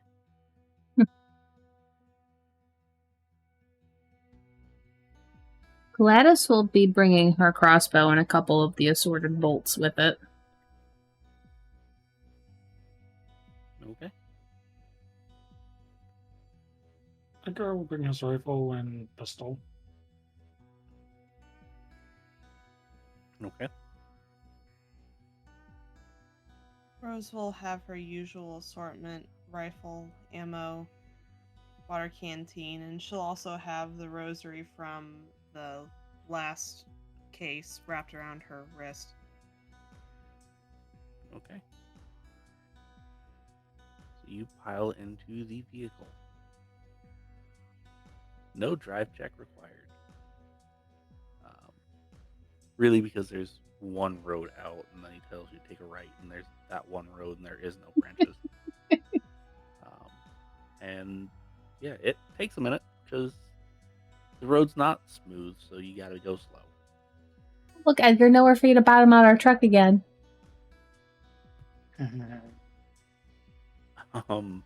But you do eventually make it out there. It's probably 3:30, 3:45.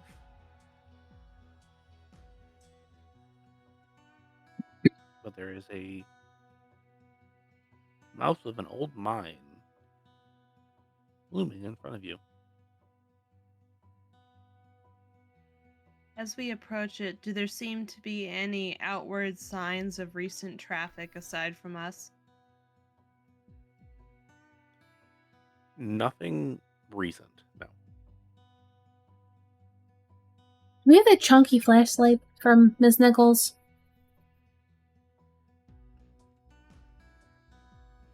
I believe she gave it to you, yes. Gladys will go dig in the back of the truck for it. And sure enough, you do find it.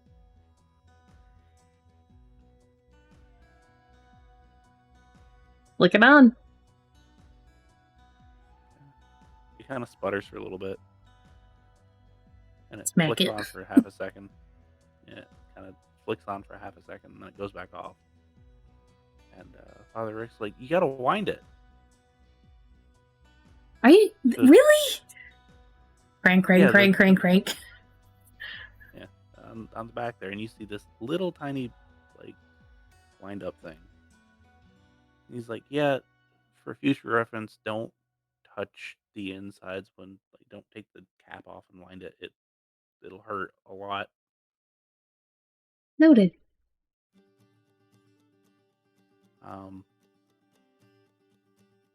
But yeah, you do that, and it actually stays on for a couple minutes, finally. And you descend into the mine. There's definitely graffiti in here. Like that says pig, right? No. Nothing like that.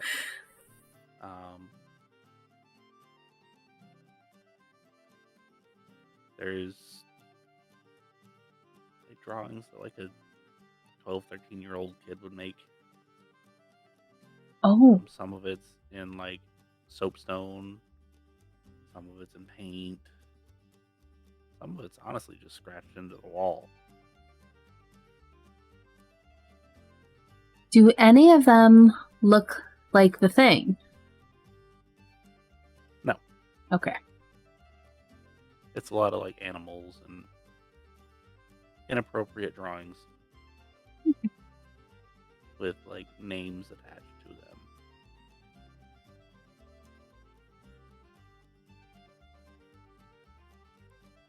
And Father just kind of looks at him and says, I am so disappointed in people. Kids will be kids.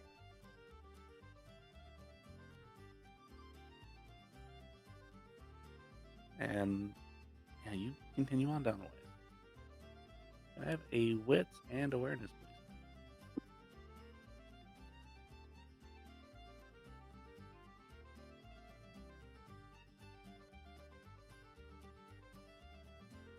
A big old 0. 3. Also 3. Okay, so Gladys is too worried about stepping on something and hurting her foot again to pay attention. But Rose and Edgar, you notice that there is actually quite the draft in this mine. And it's going from the mouth down into the gate, or down into the mine. So it seems to be extremely well ventilated.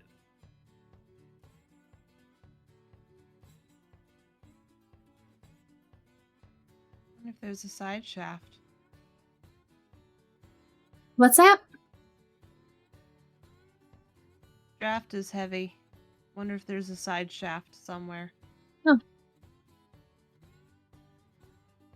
I mean, if you two want to go on ahead, I'm just going to be going slow. Please don't fire the guns in here.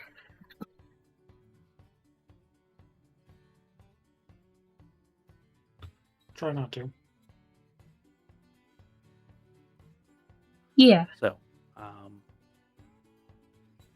that being said, does Rose and Edgar leave Rick and Gladys behind? Or do you wait for her to kind of tag along with you?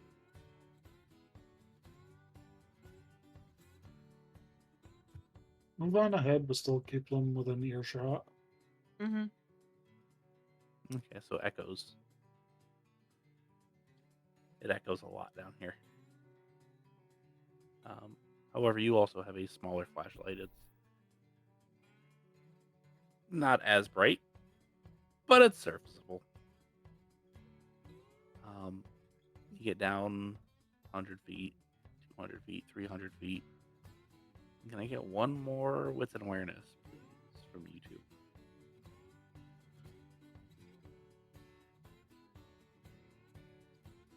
Remember willpower.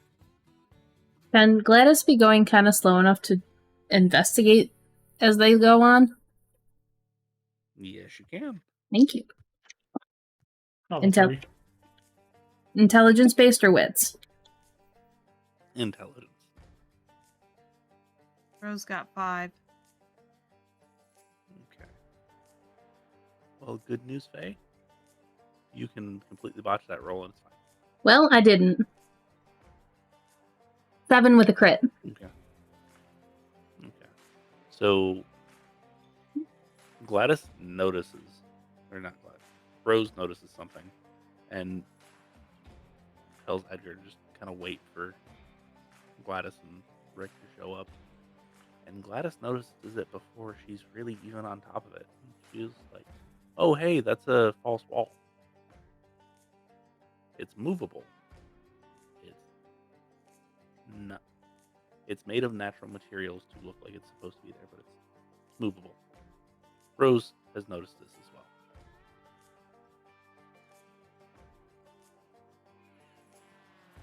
well.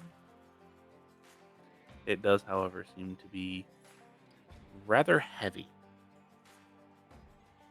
as it is a sheet of iron ore that is on kind of a set of rails. Well, Edgar, it's your time to shine. Have her go. Edgar will give her the push. Or Paul, whichever. Strength and athletics, please.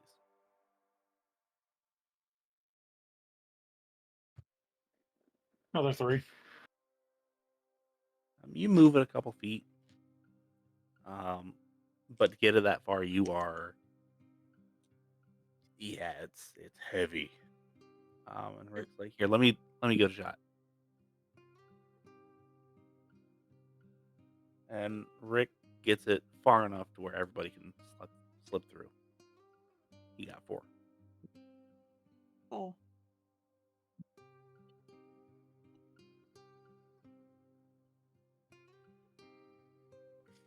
And when you open this up, the draft gets even stronger. Ooh. And actually now it feels almost like air conditioning.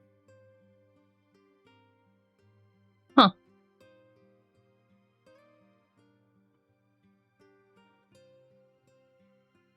So what would you all like to do? Take a look around. Yes, what's up. investigate that shit. Okay, so if you are taking your time and actually investigating, intelligence and investigation. If you are just glancing around, wits and awareness. Another 3. 3.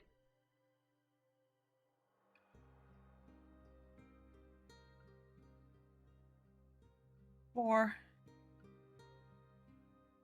Okay, so all 3 of you notice that this is actually at an incline. There are actually steps carved into said incline. They're not big, they're not deep, but there are steps. However, this- you also see a old rotted leather bandolier. It still has shell casings in it. Does this section of the mine seem to be newer than what we were just in? That would be exceedingly hard, but if you would like to give me an intelligence and science, we can absolutely see what you come up with. I do not have I will not be able to get. I don't think I'll be 3. able to get that. Yeah. Even So- Gladys is like, I don't know. See if Edgar can go Crypt. Also 3. And I Between wouldn't be able Edgar to and- do better than 4 at the absolute best, so. Between Edgar and Gladys and Rose, it's so hard to tell, honestly. Can It's certainly not been touched in a long time. so there was no marks to show that this thing had been moved a lot. No, not really. Okay. And those shell casings, do they look old? Very, very old. They are absolutely oxidized. Well, this looks like it hasn't been touched in a long time. Shall we continue up? Let's go. So you continue up. And up. And up. And up. Until, honestly, you're not 100% sure how far you've walked up. It's far enough to where when Gladys turns around and shines her flashlight, it can't see the door anymore. However, you turn back around, you actually see a landing, not too far away from you.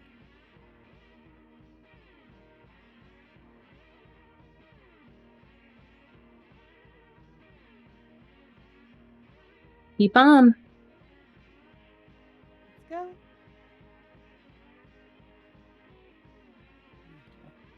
And Rick goes with you. And you make it up there. And immediately what you see is 3 desiccated bodies. Laid side by side by side in the middle of the room. There is old rotted furniture. It's dry rotted. Strewn about. A couple beds, a table. A little stove that you can see goes through a vent hole in the top of the space. But if you look up through, you can actually see sunlight.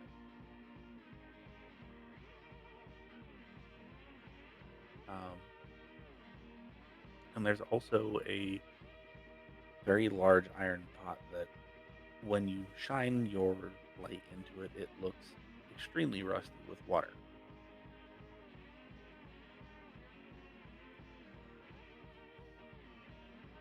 Now, when you say laid out side by side, like, do they look like they were arranged by someone?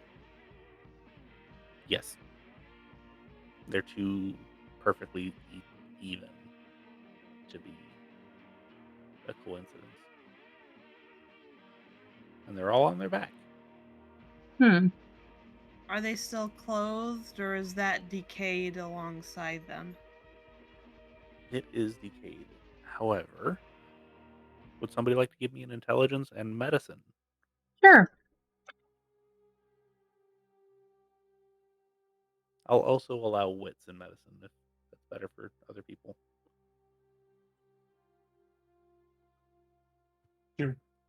3.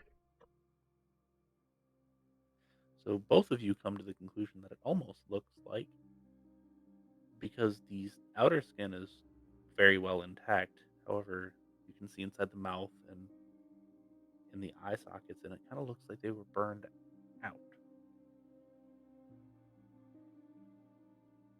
That's unusual. What?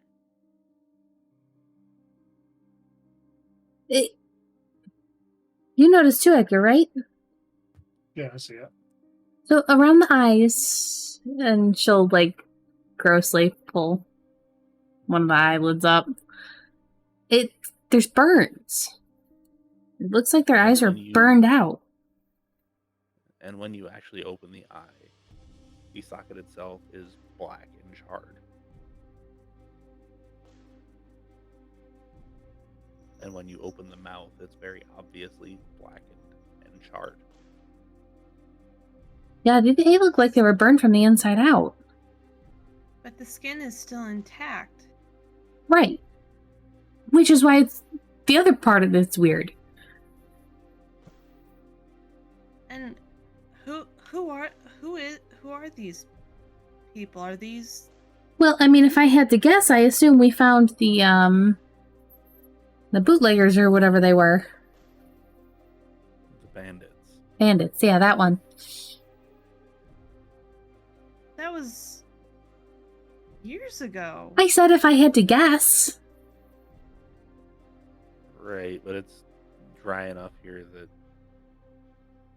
if you're in a weather protected area, you could theoretically be mummified, kind of like this.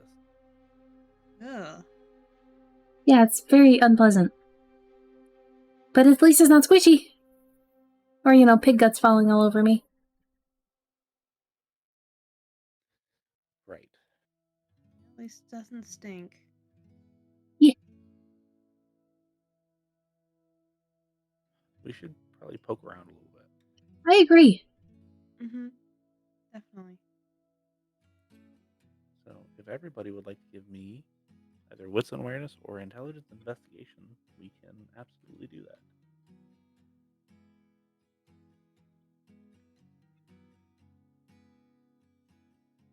Five. Investigation. What's an awareness? I got 4 on wits and awareness. Okay. So 4 and 5. So you two help each other search, and Edgar and Rick search together, and Edgar and Rick don't find anything.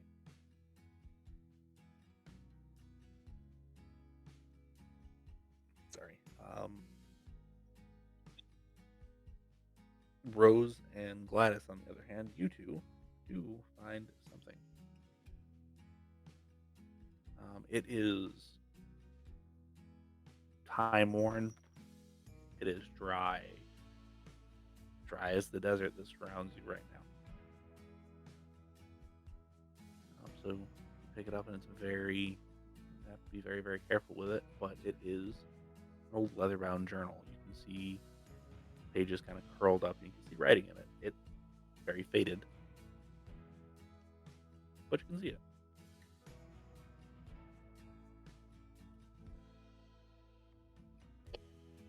Can Gladys kind of set it down and use like a dagger or a knife or something to like carefully turn the pages so that she doesn't touch them with her sweaty fingers?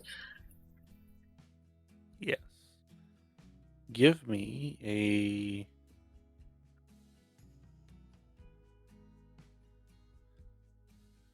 dexterity and larceny.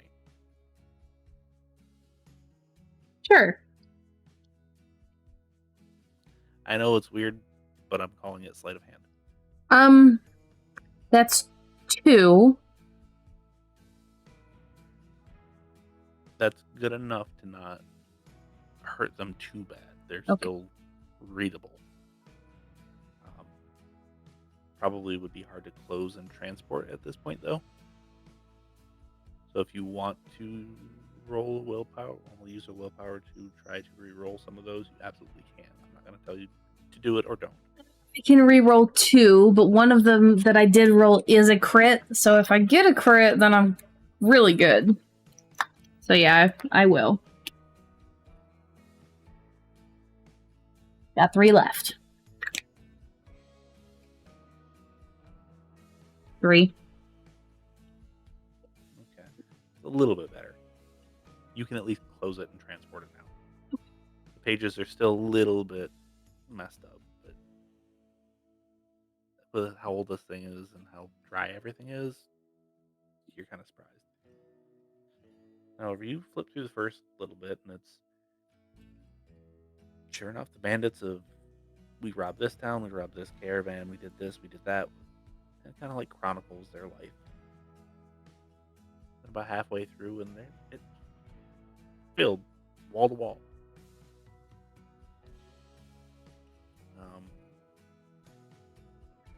About halfway through, something kind of catches your eye. We found an old chest today. Had this weird symbol on it. We're gonna have Joey open it up when we get back to the hideout. Hopefully there's something valuable in it. Somebody took time to bury it. And hopefully, like I said, we can stop doing all this nonsense and go down to Mexico and retire. Very next page, a bit of a drawing on it. And it's a box. And there's a symbol. And Faye, can I get you to roll me your unspent willpower? 2. So everybody else in the room kind of sees Gladys staring at this thing, and then you see her like start to pick the dagger up and up over her head. Then she real quick like shoves it back down. What would all of you like to do? Rose is gonna try and yank her away from the book. Like, what was that? Give her a hand with that. Dexterity and athletics, please. Am I rolling something? No, yours is a set thing. Okay. 4.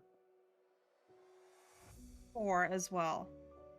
Okay, so between the two of you, you can stop her, and you stop her about that far, about 2-3 inches, away from the book, and then Gladys, you kind of blink, and you have them holding on your arms and dagger in your hand. And you're trying to stab the book, and you kind of like pull it back and put it away, and you get to looking at the symbol again. It doesn't look the same as when you first looked at it. What? That's different. That's different. What? Rose is gonna look at the symbol. Gladys, when you first looked at it, it kind of, sort of, looked like a sun with like tentacles coming out of it. Okay. Now it's very easily kind of like a moon with a sword going through it. It wasn't the moon shape before. It was a sun looking thing.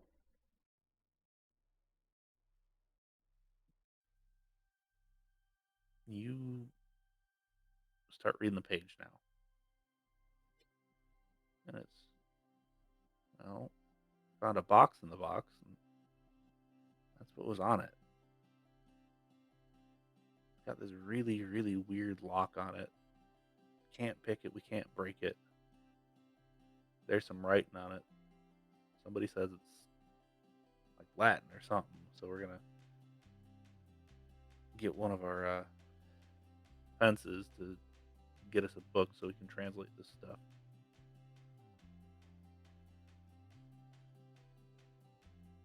Does the book have a copy of the inscription? Matter of fact, on the next page it does. Can I translate it? What languages does everybody speak? French. Just and one. Latin? Dutch, French, and German. Okay. It's none of those, actually. Hey, Father Rick, what languages do you speak? Then he kind of goes over and he's staring at it. Not that one. Yeah. But you know who does? Nope. Marcy. Perfect. Wait, what language? It's old Hebrew.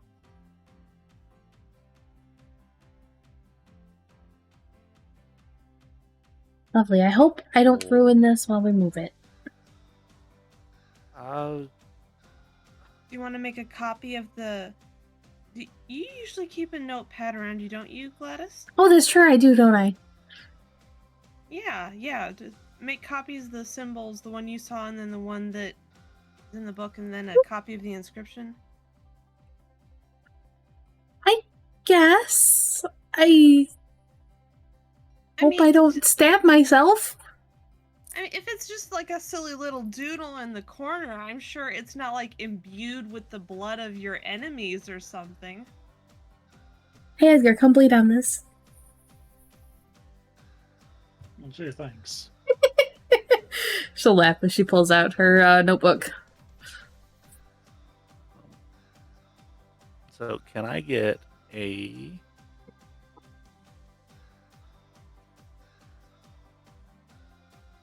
dexterity and craft? But with no specialty, right? Right. If somebody has a painting specialty, you can use that if they want to roll it. 3. Okay, so you do a decent job. Decent enough that you could probably figure out what it's supposed to say. Or supposed to be.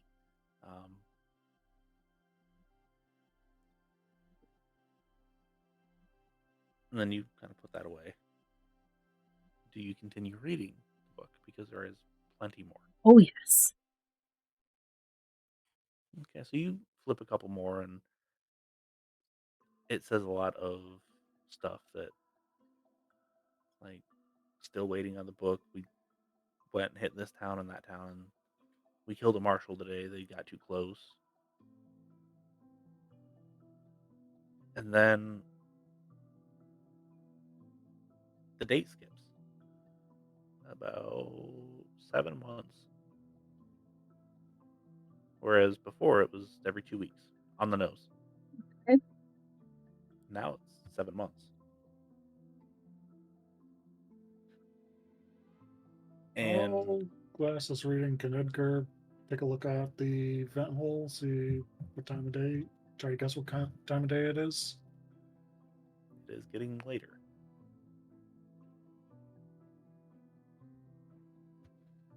Not to interrupt your reading, but we should probably start heading back.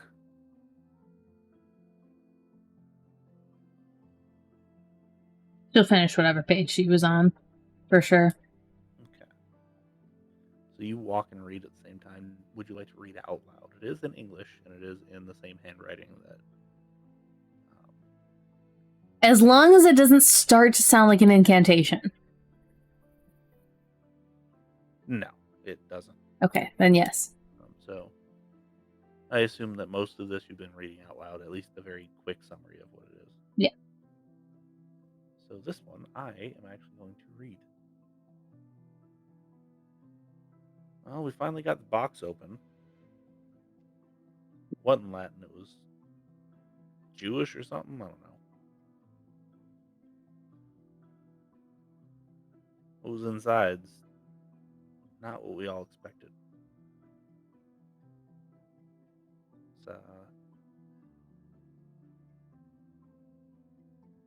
It's useful, though. Came out, took care of what we wanted to, and went back. It's funny, because, you know, people say, like, what an angel looks like, and it looks pretty similar. Then it goes from this little, maybe 6-inch by 6-inch box to this 3 or 4 foot orb. Goes and takes care of what it needs to and comes back.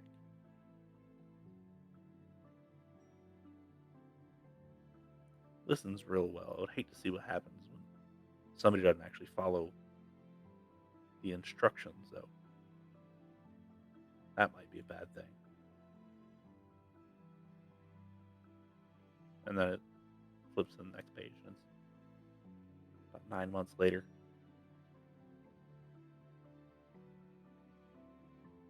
Well,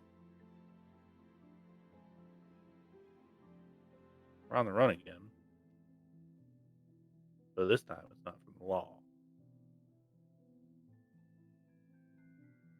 Marty decided that he was going to open the box without following all the instructions, trying to take a shortcut. Now it's hunting us down.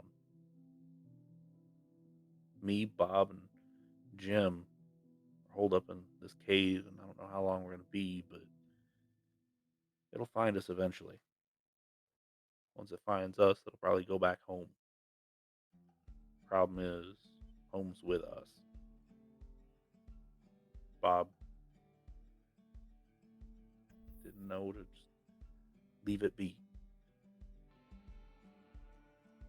So, I'll update you in a month if I'm still alive. And that's actually the last entry. I'm sorry, was it Marty or Bob that opened it with skipping steps? Marty. That made it sound like Bob for a second. No, Bob kept it. Mhm. Kept the box. Okay.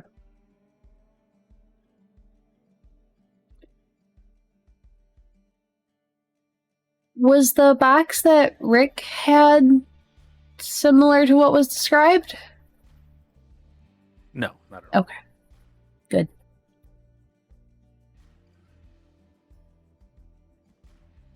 So it is controlled. Whatever it is, angel or not, it is controlled.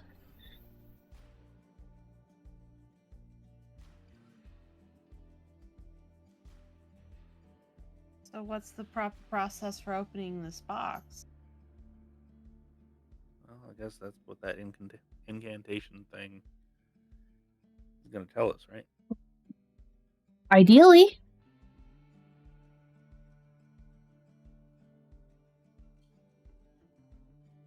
Next problem is who's been using it? Not sure. Was there anyone in town that ever named Marty? I mean, Oh no. descendant, obviously. Oh no.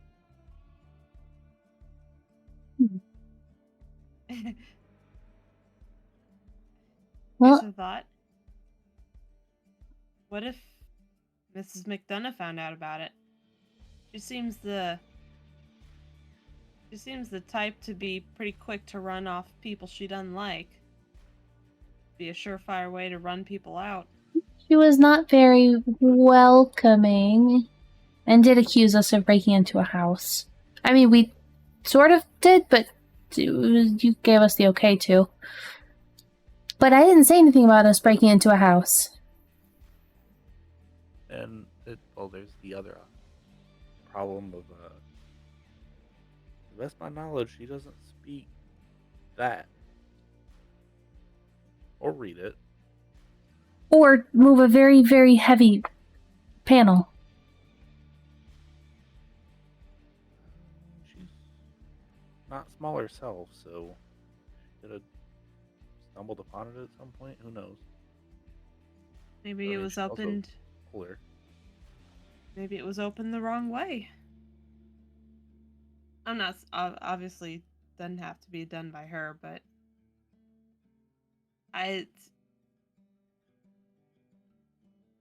considering how many people there are in this town that don't speak this language, odds are pretty good that whoever found it didn't open it properly, yeah. Yeah. There's one person in town that speaks that. Are we sure? Are you 100% sure about that? I mean, as close to 100% as you can be without actually being there. Was Wendy from the town originally? No, she came in from out of town. She told me, I don't remember exactly where. It was before I actually came out here. I'm from up north a little bit near Salt Lake.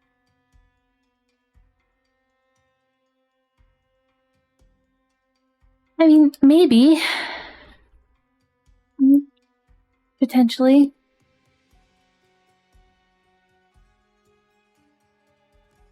Yeah, there's a possibility, but I mean, I don't think she would. I'm She's not. mean and she's spiteful, but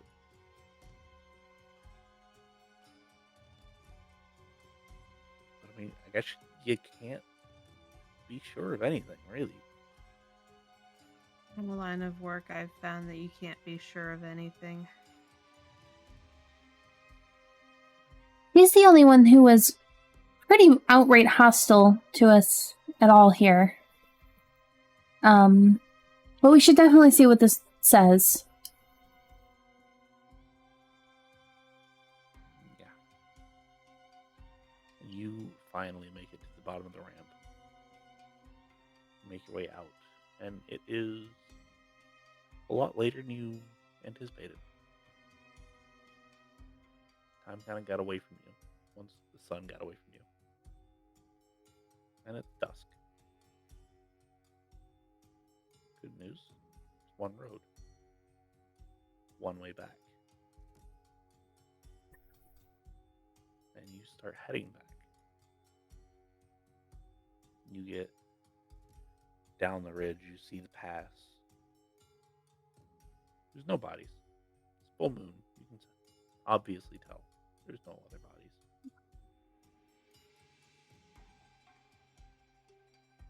You make it back to the main road. You're driving. You know you're going to be on here for about a half an hour. 10 minutes goes by. Then can I get everybody to make me a wits and awareness, please?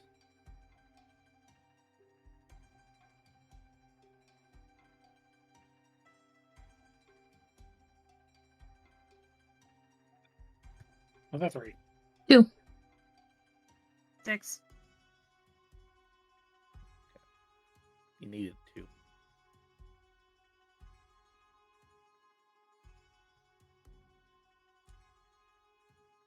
Even your religious friend hears it. Starts out very, very low, but it quickly gets louder. And it's a vroom, vroom, vroom. Now, who is driving specifically? Probably not Gladys. Edgar then. Okay. So, Edgar, can I get a strength and drive?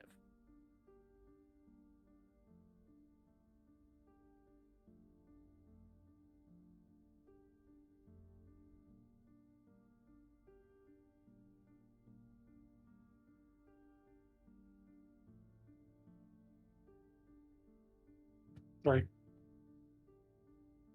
Okay, so this thing comes from out of nowhere and comes clean across the front of the hood.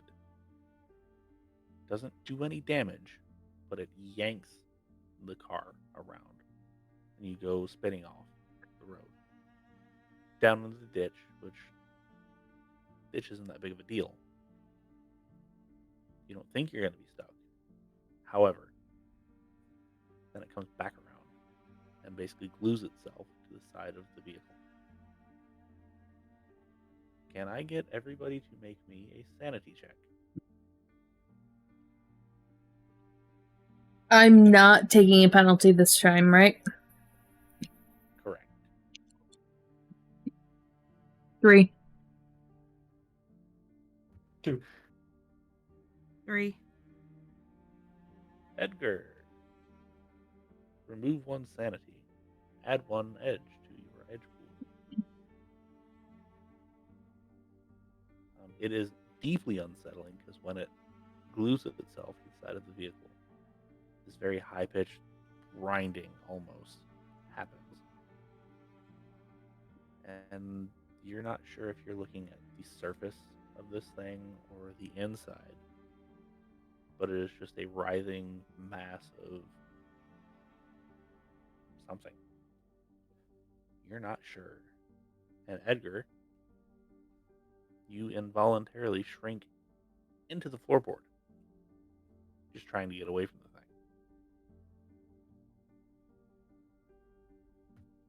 I need to roll for him. That thing trying to like eat into the car? Don't want to know. Which side of the car is it on?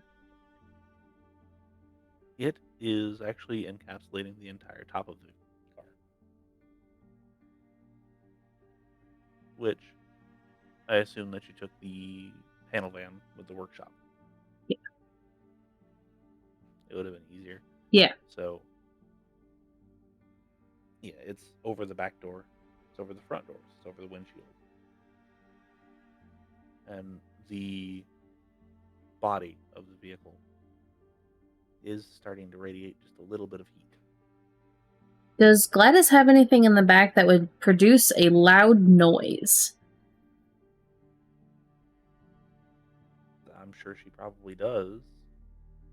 In her tool bag. Right. She's gonna dive for that. Or on Rose and Edgar. Okay. So, I believe there's actually a roll for that, isn't there? Ooh, is there? I don't remember. Your jury rigging? So I have improvised gear, which was intelligence in either craft, tech, or science. Okay, so whichever one you would want to make, and then tell me what you're trying to make. I mean, craft is my best, so definitely craft. Okay. And just, it has taken off before when there was loud noises, or at least a noise or something. Obviously, I don't know if this will work, but the intention is to make something that will do a loud, sharp noise. Kind of like a flashback. Yeah. Okay. Easy enough to do.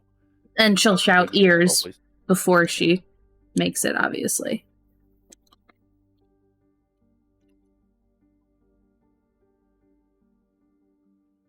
Rose will take the advice and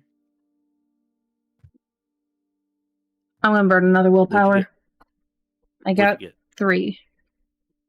That's good enough. Okay. Edgar probably also already has his ears covered. Okay, so those of you that can have your ears covered, stamina and composure plus a die. Gladys, Yep. just stamina and composure.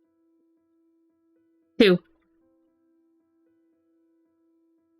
You are deafened for at least 10 minutes, so Oh. you will take 2 dice penalty to any listening-based skill rolls. 3. 4. Edgar, your ears ring a little bit, but it's not too bad. Rose, you're good.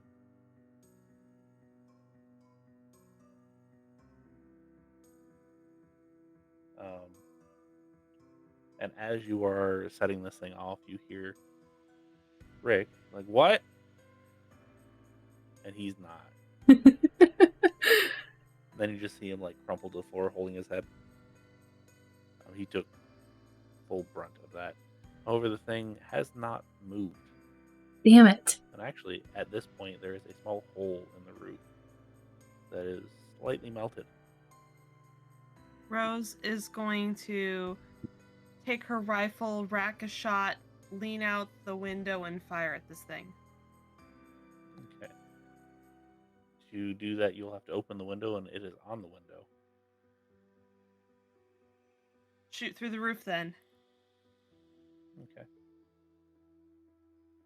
So there's really not a way that you can miss it. So you fire through, and you're not sure if it did anything, to be honest with you.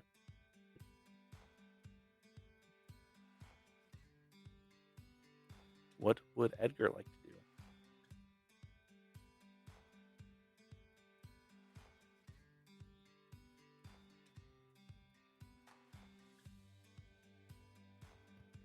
loudly do a prayer, see if that does anything.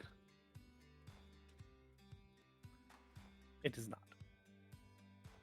Not very good. Our Father who that whole thing does nothing.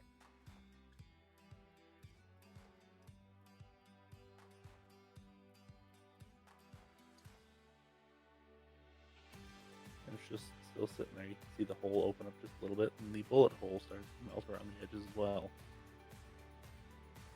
It's probably the size of a dime right now, so you're probably okay.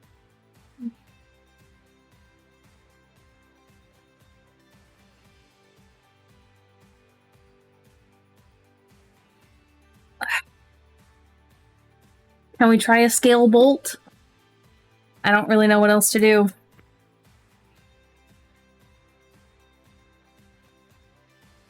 Yeah, you can try that.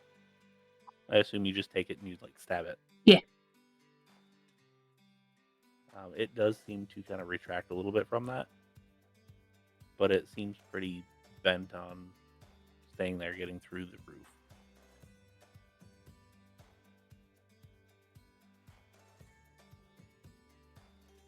Gladys will... Would you like to What? I will make a deal with you. Okay.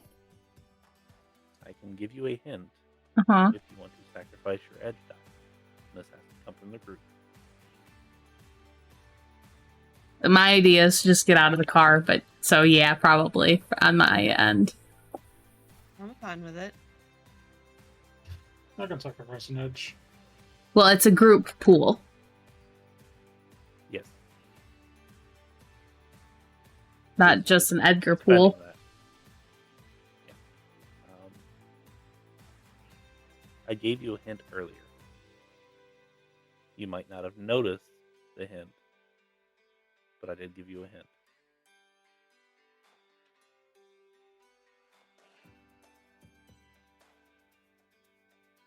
That's what losing our edge got us. It was more recent than anything. And it doesn't have to do with speaking. However, it is getting brighter in here, so it's something.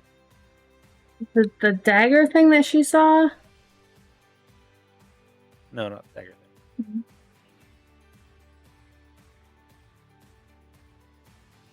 Try the little windy thing on the flashlight.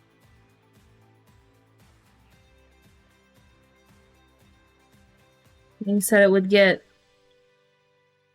shock or something. Open it up and Right. wind it. Yeah, okay. Rip that sucker off and shove it up and start cranking.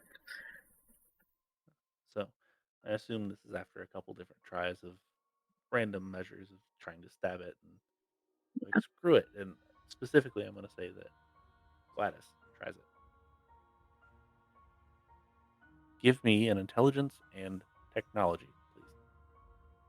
And that will actually be the attack roll for this time. 2.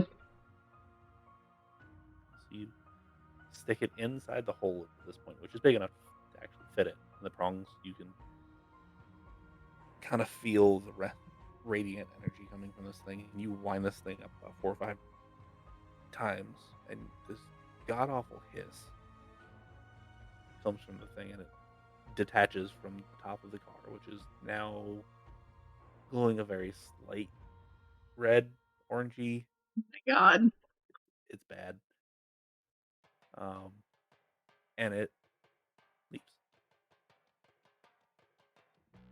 Just as soon, or just as quick as it came in, gone.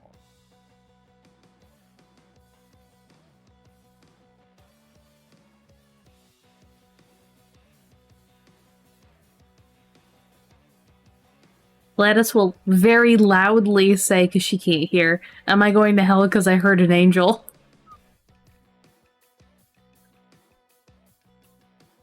Rose is gonna shake her head. Maybe not. What? Rick I is don't still think that was actually an angel.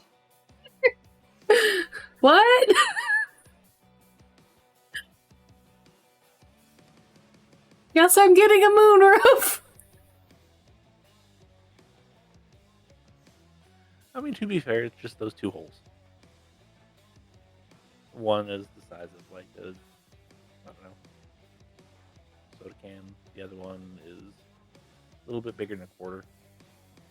100% repairable.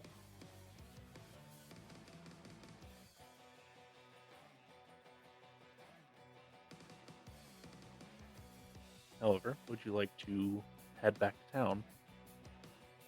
Yeah, we can limp there in this beat up vehicle. Mechanically, you're fine. Okay. It will require a wits and drive to get out of the ditch without getting stuck. Let's give it a go. Say, can Rose and Father 4. Rick Edgar's got it. say we can Those get out and go- push a little bit if you need to. Knows to go down and then go back up. So he gets a little bit of help with gravity. When you get back on the road and you quickly make it back to town, you're like, we'll fix the suspension later. When you pull up to the church, and by this time Rick is able to hear. As are you, Gladys.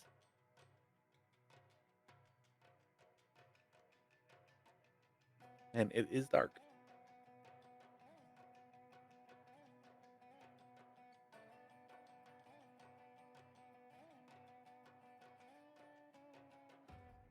Well, that was an adventure. That was certainly something. Yeah, that kind of looked like what you were saying was in the journal originally. What? It kind of looked like what you were saying was in the journal originally. Oh, a sun with tentacles? Yep. Cool. I wonder what the symbol if the symbol turning into a moon with a dagger through it means anything. Maybe your friend Marcy can tell us? I mean, we can definitely probably find out tomorrow. Yeah, definitely.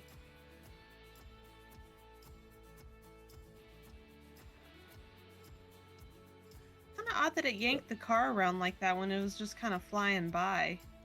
I mean, it attacked us. It wasn't just flying by. Well, I mean, it didn't... You know what I mean. Not Like, really. it didn't, like, latch on at first.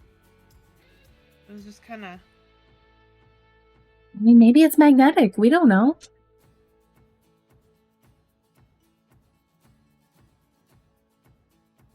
Did any of the metal... Gladys with a big brain. What? Gladys with a big brain. Did the, Did any of the metal that she might have shoved up there seem to be pulled towards it? Not actively. However, the melted area, you know, normally makes slag that will drip. It didn't. This didn't. No. That would also explain why we found the iron at the fence. Yeah, probably. It does look like it was pulled off of something or broke off of something.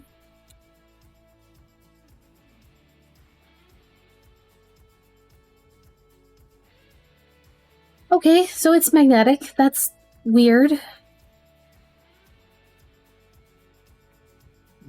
But also definitely makes me... I mean, it makes me think it's something inorganic at that point.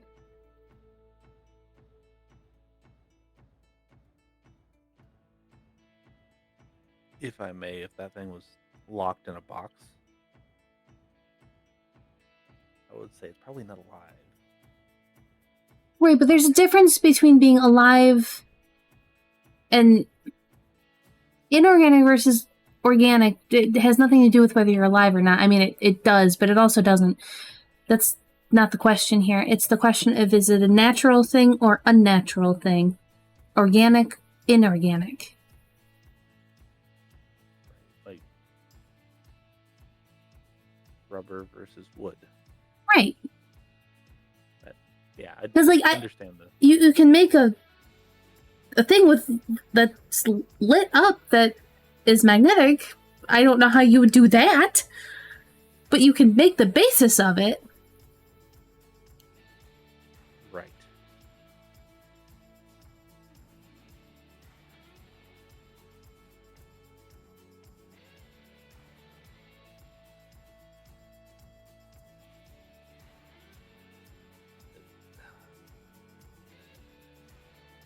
Still somewhat trying to process what I saw. So, Try not to think about it too hard. you say that now. I say it from experience. They mess that stuff messes with your mind real bad. It'll only get worse from here. Try not to think about it.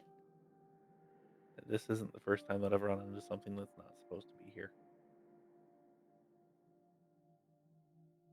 Right, Gareth. I met you through Gareth, so yeah, I know that, but Right. I don't know what you've run into before. Well, before I did this, and he actually opens up his case, and it is a bunch of silver weapons.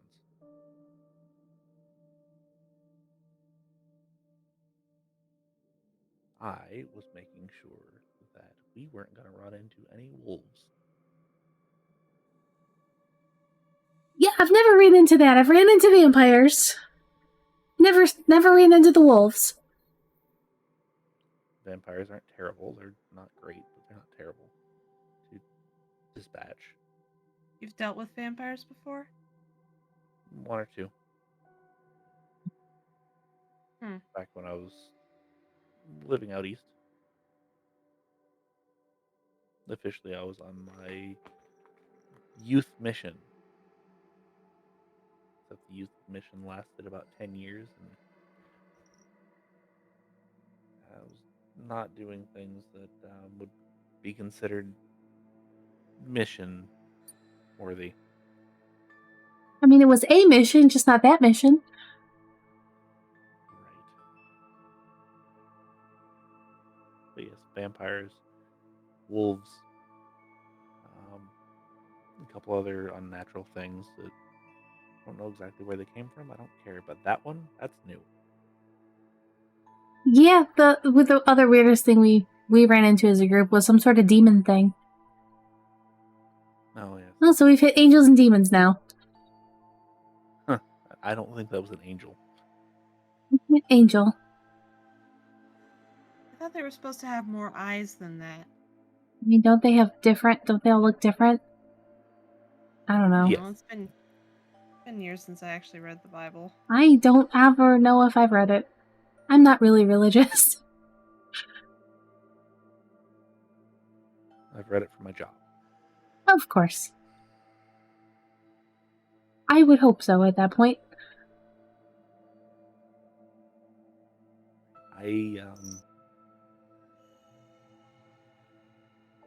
Simply put, I will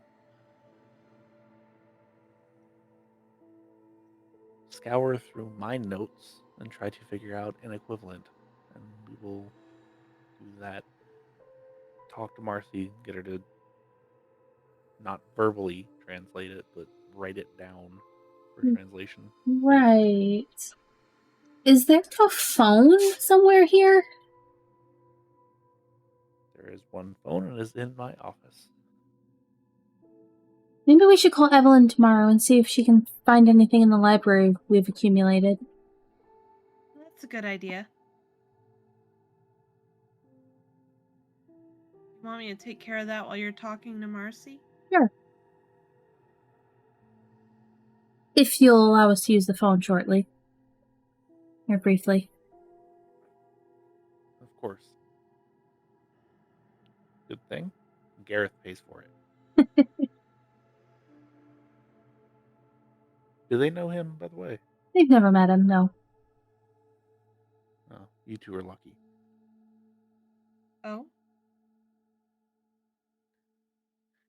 Be demanding. Good old Uncle Gareth.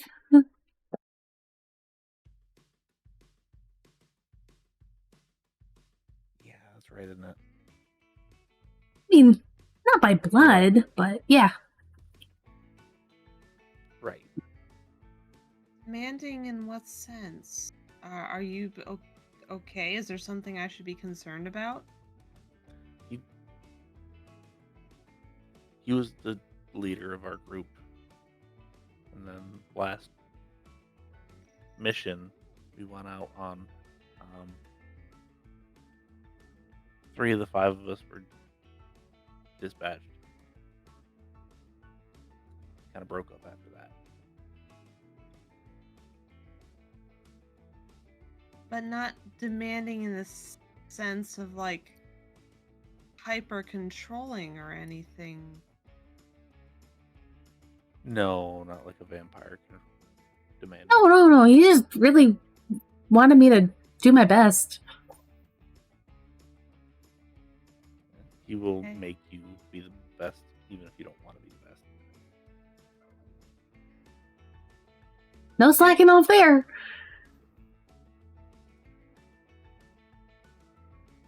Why do you think I'm slightly more educated than a lot of other females?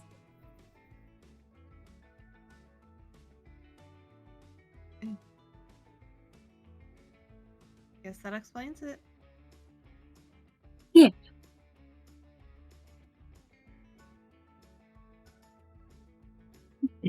There is, you just do what you can there. And then you go farther.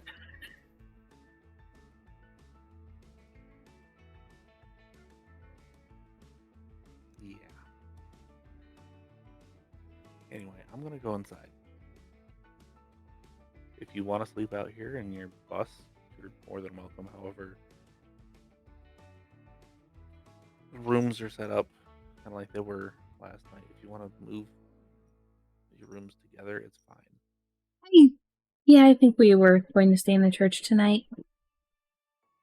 But it's up to Edgar what he wants to do. Edgar, if you want to move in there, I'll make sure nobody comes in too early in the morning so you can move back out. People are uptight here. If you haven't noticed. I'll probably stay in church as well. Right, but do you want to be separated from the girls or with them? I'll probably keep them separated.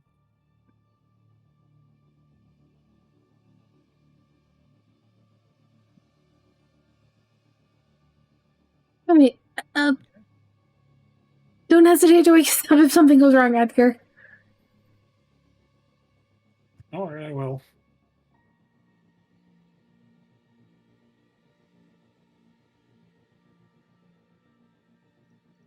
So you all get in the church, you wash up, you get ready for bed, you lay down, and Edgar, you have a bit harder time getting to sleep. But you do get to sleep. Same thing with you, Rose, and same thing with you, Gladys. Each of you have dreams of that sound. Can I specify that Gladys does take that flashlight with her? Yes. You do have dreams of that sound, the womb sound, and then the god-awful screech.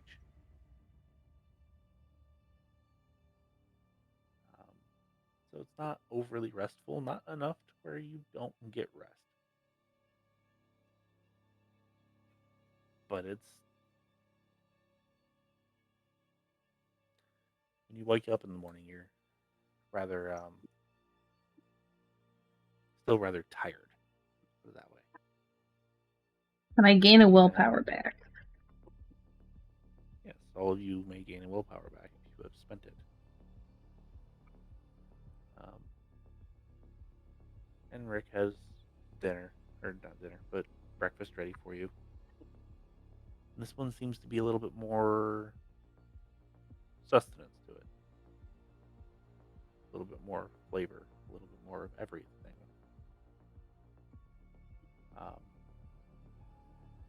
And you see that he is locked the doors. He sits you down and he's like, I have good news, I have bad news. Okay. Oh no. which one do you want first? Bad. Bad news first. Just get it done and over with. Okay. Bad news. I still don't know what it is. Good news. It's not an angel. Okay. And you're sure of that? This, How? it's like, this is an angel, and he pulls out an old, and this one is written in Latin, tome, and he slaps it on the table. And there's key differences. Rose is gonna actively namely, read. namely, this one doesn't glow. Doesn't really emit light. Has an actual form to it. However, it's still extremely confusing. It's like, so whatever we are dealing with, if we end up killing it, which I don't know if it's going to be possible,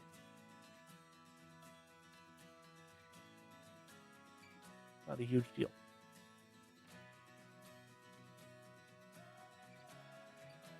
Good to know. It won't be reality shattering, I guess. I mean, that's not true. We don't know.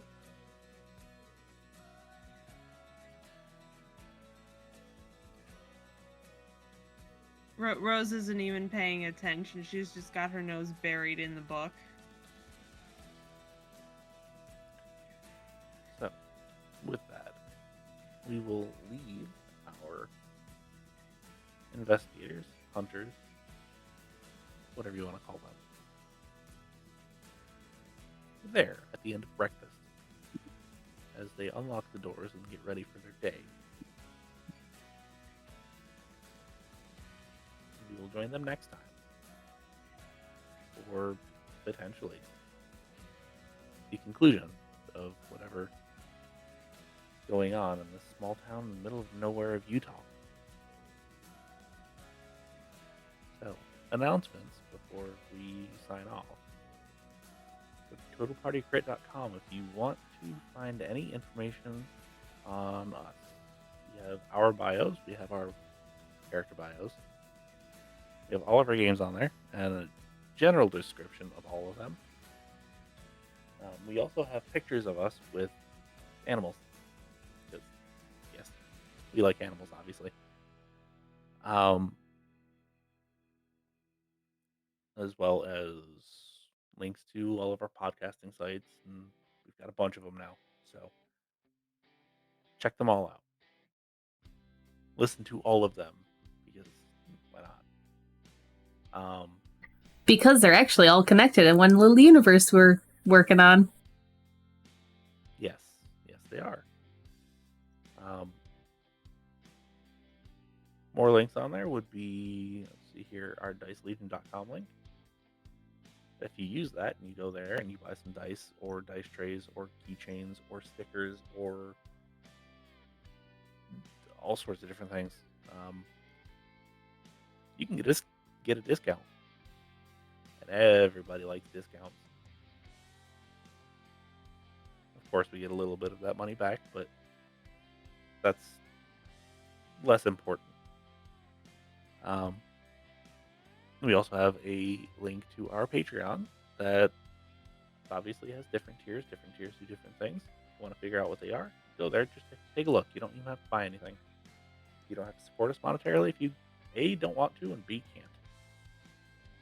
Those are the only two options. That's what you get. However, what would be great if you don't want to or can't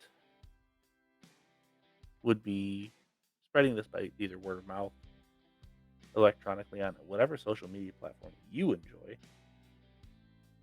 on posters, on whatever you want to do. Spread it to everyone. Try to get your mom, your dad, brother, sister, your aunt, your uncle, your weird great aunt that you haven't seen in 30 years. Next time you see her, tell her that too. You know, the one that's kind of like Aunt Wendy, or kind of like Wendy. Shoot, tell your dog groomer that they should come listen to us. And along with that, you should subscribe and like and follow at all of the places that I've listed, because that would help us out. And one more thing, if you want to go on our website as well and join our Discord, you can talk to us directly in pretty much real time and ask all the questions you want, because I'm sure people have questions. So, with that, we are going to say goodnight. And word of warning, don't go into weird mine shafts. Have a good one, everyone.